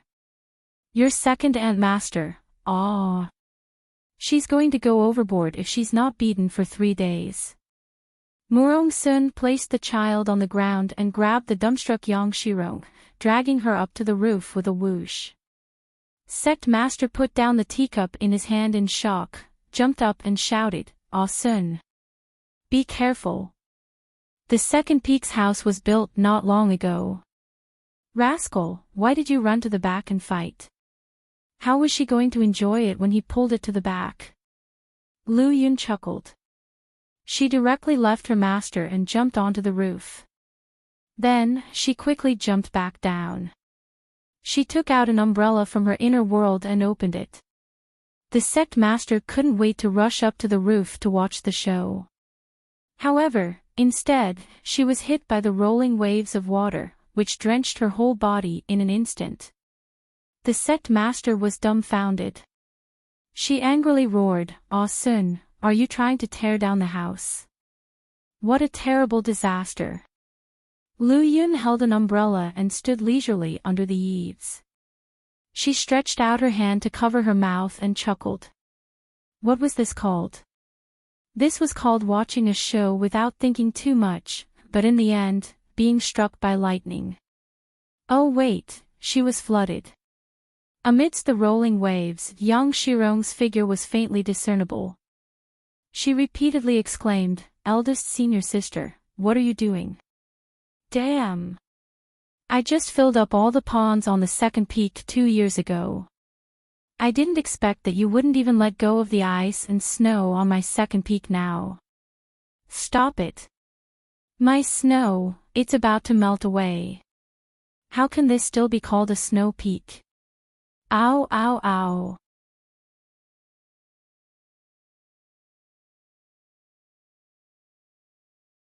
Chapter 287. Everyone looked up in unison and saw the fluttering snowflakes in the sky instantly transform into a curtain of rain that rustled down with the people. The scenery was even more beautiful. Peak Master Murong's control over the water spirit was simply breathtaking. The woman who walked over in the drizzle was dressed in plain clothes. Her eyes were as resplendent as pearls, and she had a wicked smile on her lips. Xiao Mu looked at her master in bewilderment and silently looked down to check her fingers. As Murong Sun floated to the ground, half of Second Peak's main hall's roof collapsed, and the tiles clattered to the ground. That unlucky second Ant Master had to find someone to fix the roof. Suddenly, an old lady waving a large fan hopped in front of her. She giggled with a benevolent expression, "Oh, this must be the grand disciple of my family that even the old king of Chou Kingdom is rushing over to present as an apology gift. I'm your master's master." What apology gift from the old king of Chou Kingdom? The child had no idea what the sect master was talking about. Before the elderly lady could finish speaking, Murong Sun flashed to her disciple's side and scooped up the child's tiny body. "Let's go, disciple. Second peak isn't fun at all. Let's return to first peak." The sect master slapped her fan and glared helplessly. "Wicked disciple. Master hasn't finished chatting with my grand disciple yet." "Sect master, what kind of greeting gift are you preparing for your grand disciple? Look at your grand disciple. She's a darling who advanced to phenomenal success level 6 in one go. You can't give a normal greeting gift, right?" Murong Sun glanced at the sect master from the corner of her eyes. "Hand over Maple Pavilion's key." The sect master was shocked. Only now did she realize that the child in front of her was a phenomenal success level 6 mystic cultivator. The sect master immediately wanted to pounce over and grab the child for a closer look, but she was blocked by Murong Sun, who was eager to protect her disciple. "What? Let me see. What a wicked disciple." She forgot about her master after having a disciple. What's wrong with master taking a look? Could a look cause your disciple to lose a piece of flesh? What are you looking at? Just looking is enough. Murong Sun took a step back with the child in her arms and extended a hand to the sect master. "Give me the key. Tomorrow, I'll bring your grand disciple inside to pick out an item as a greeting gift from you." Elderly lady pouted and glared at Murong Sun. "Then what about you? What did you give your disciple as a meeting gift?" "Haha, that's right. Then let's just pick another piece and treat it as my greeting gift to my disciple." Murong Sun nodded logically and looked at the sect master elderly madam with a grin. What? At this moment, the old lady had the urge to slap herself in the face. Wouldn't it be fine if she didn't mention that? Bastard, unfilial disciple. All day long, he only knew how to anger her and refused to take over the position of sect master, letting her take off her burdens and enjoy her life. Unfilial, unfilial, unfilial. Little junior sister, you're amazing. Su Shanshan's eyes seemed to be shining, and a smile appeared on her aloof face. You broke through to phenomenal success as a level 6 mystic cultivator at such a young age. Truly, no one can compare to you. Arbor blinked and said to Su Shanshan, eldest senior sister, I'll give you and second senior sister a gift when we return. Murong Sun raised her eyebrows. Only your eldest senior sister and second senior sister have gifts. Master doesn't have any. The little stoic looked at her master seriously. This thing is useless to master. Giving it to her is also a waste. Murong Sun burst into laughter. Oh my, her little disciple's expression was seriously extremely serious when she said waste. You're tuning into the LoveLore Library YouTube channel. We're so grateful for your support and don't forget to subscribe to join us on this incredible journey through captivating stories. Your generosity through donations truly makes a world of difference, as it's the primary source of revenue that allows me to expand and enhance this channel for you. Thank you from the bottom of my heart for being a part of this adventure.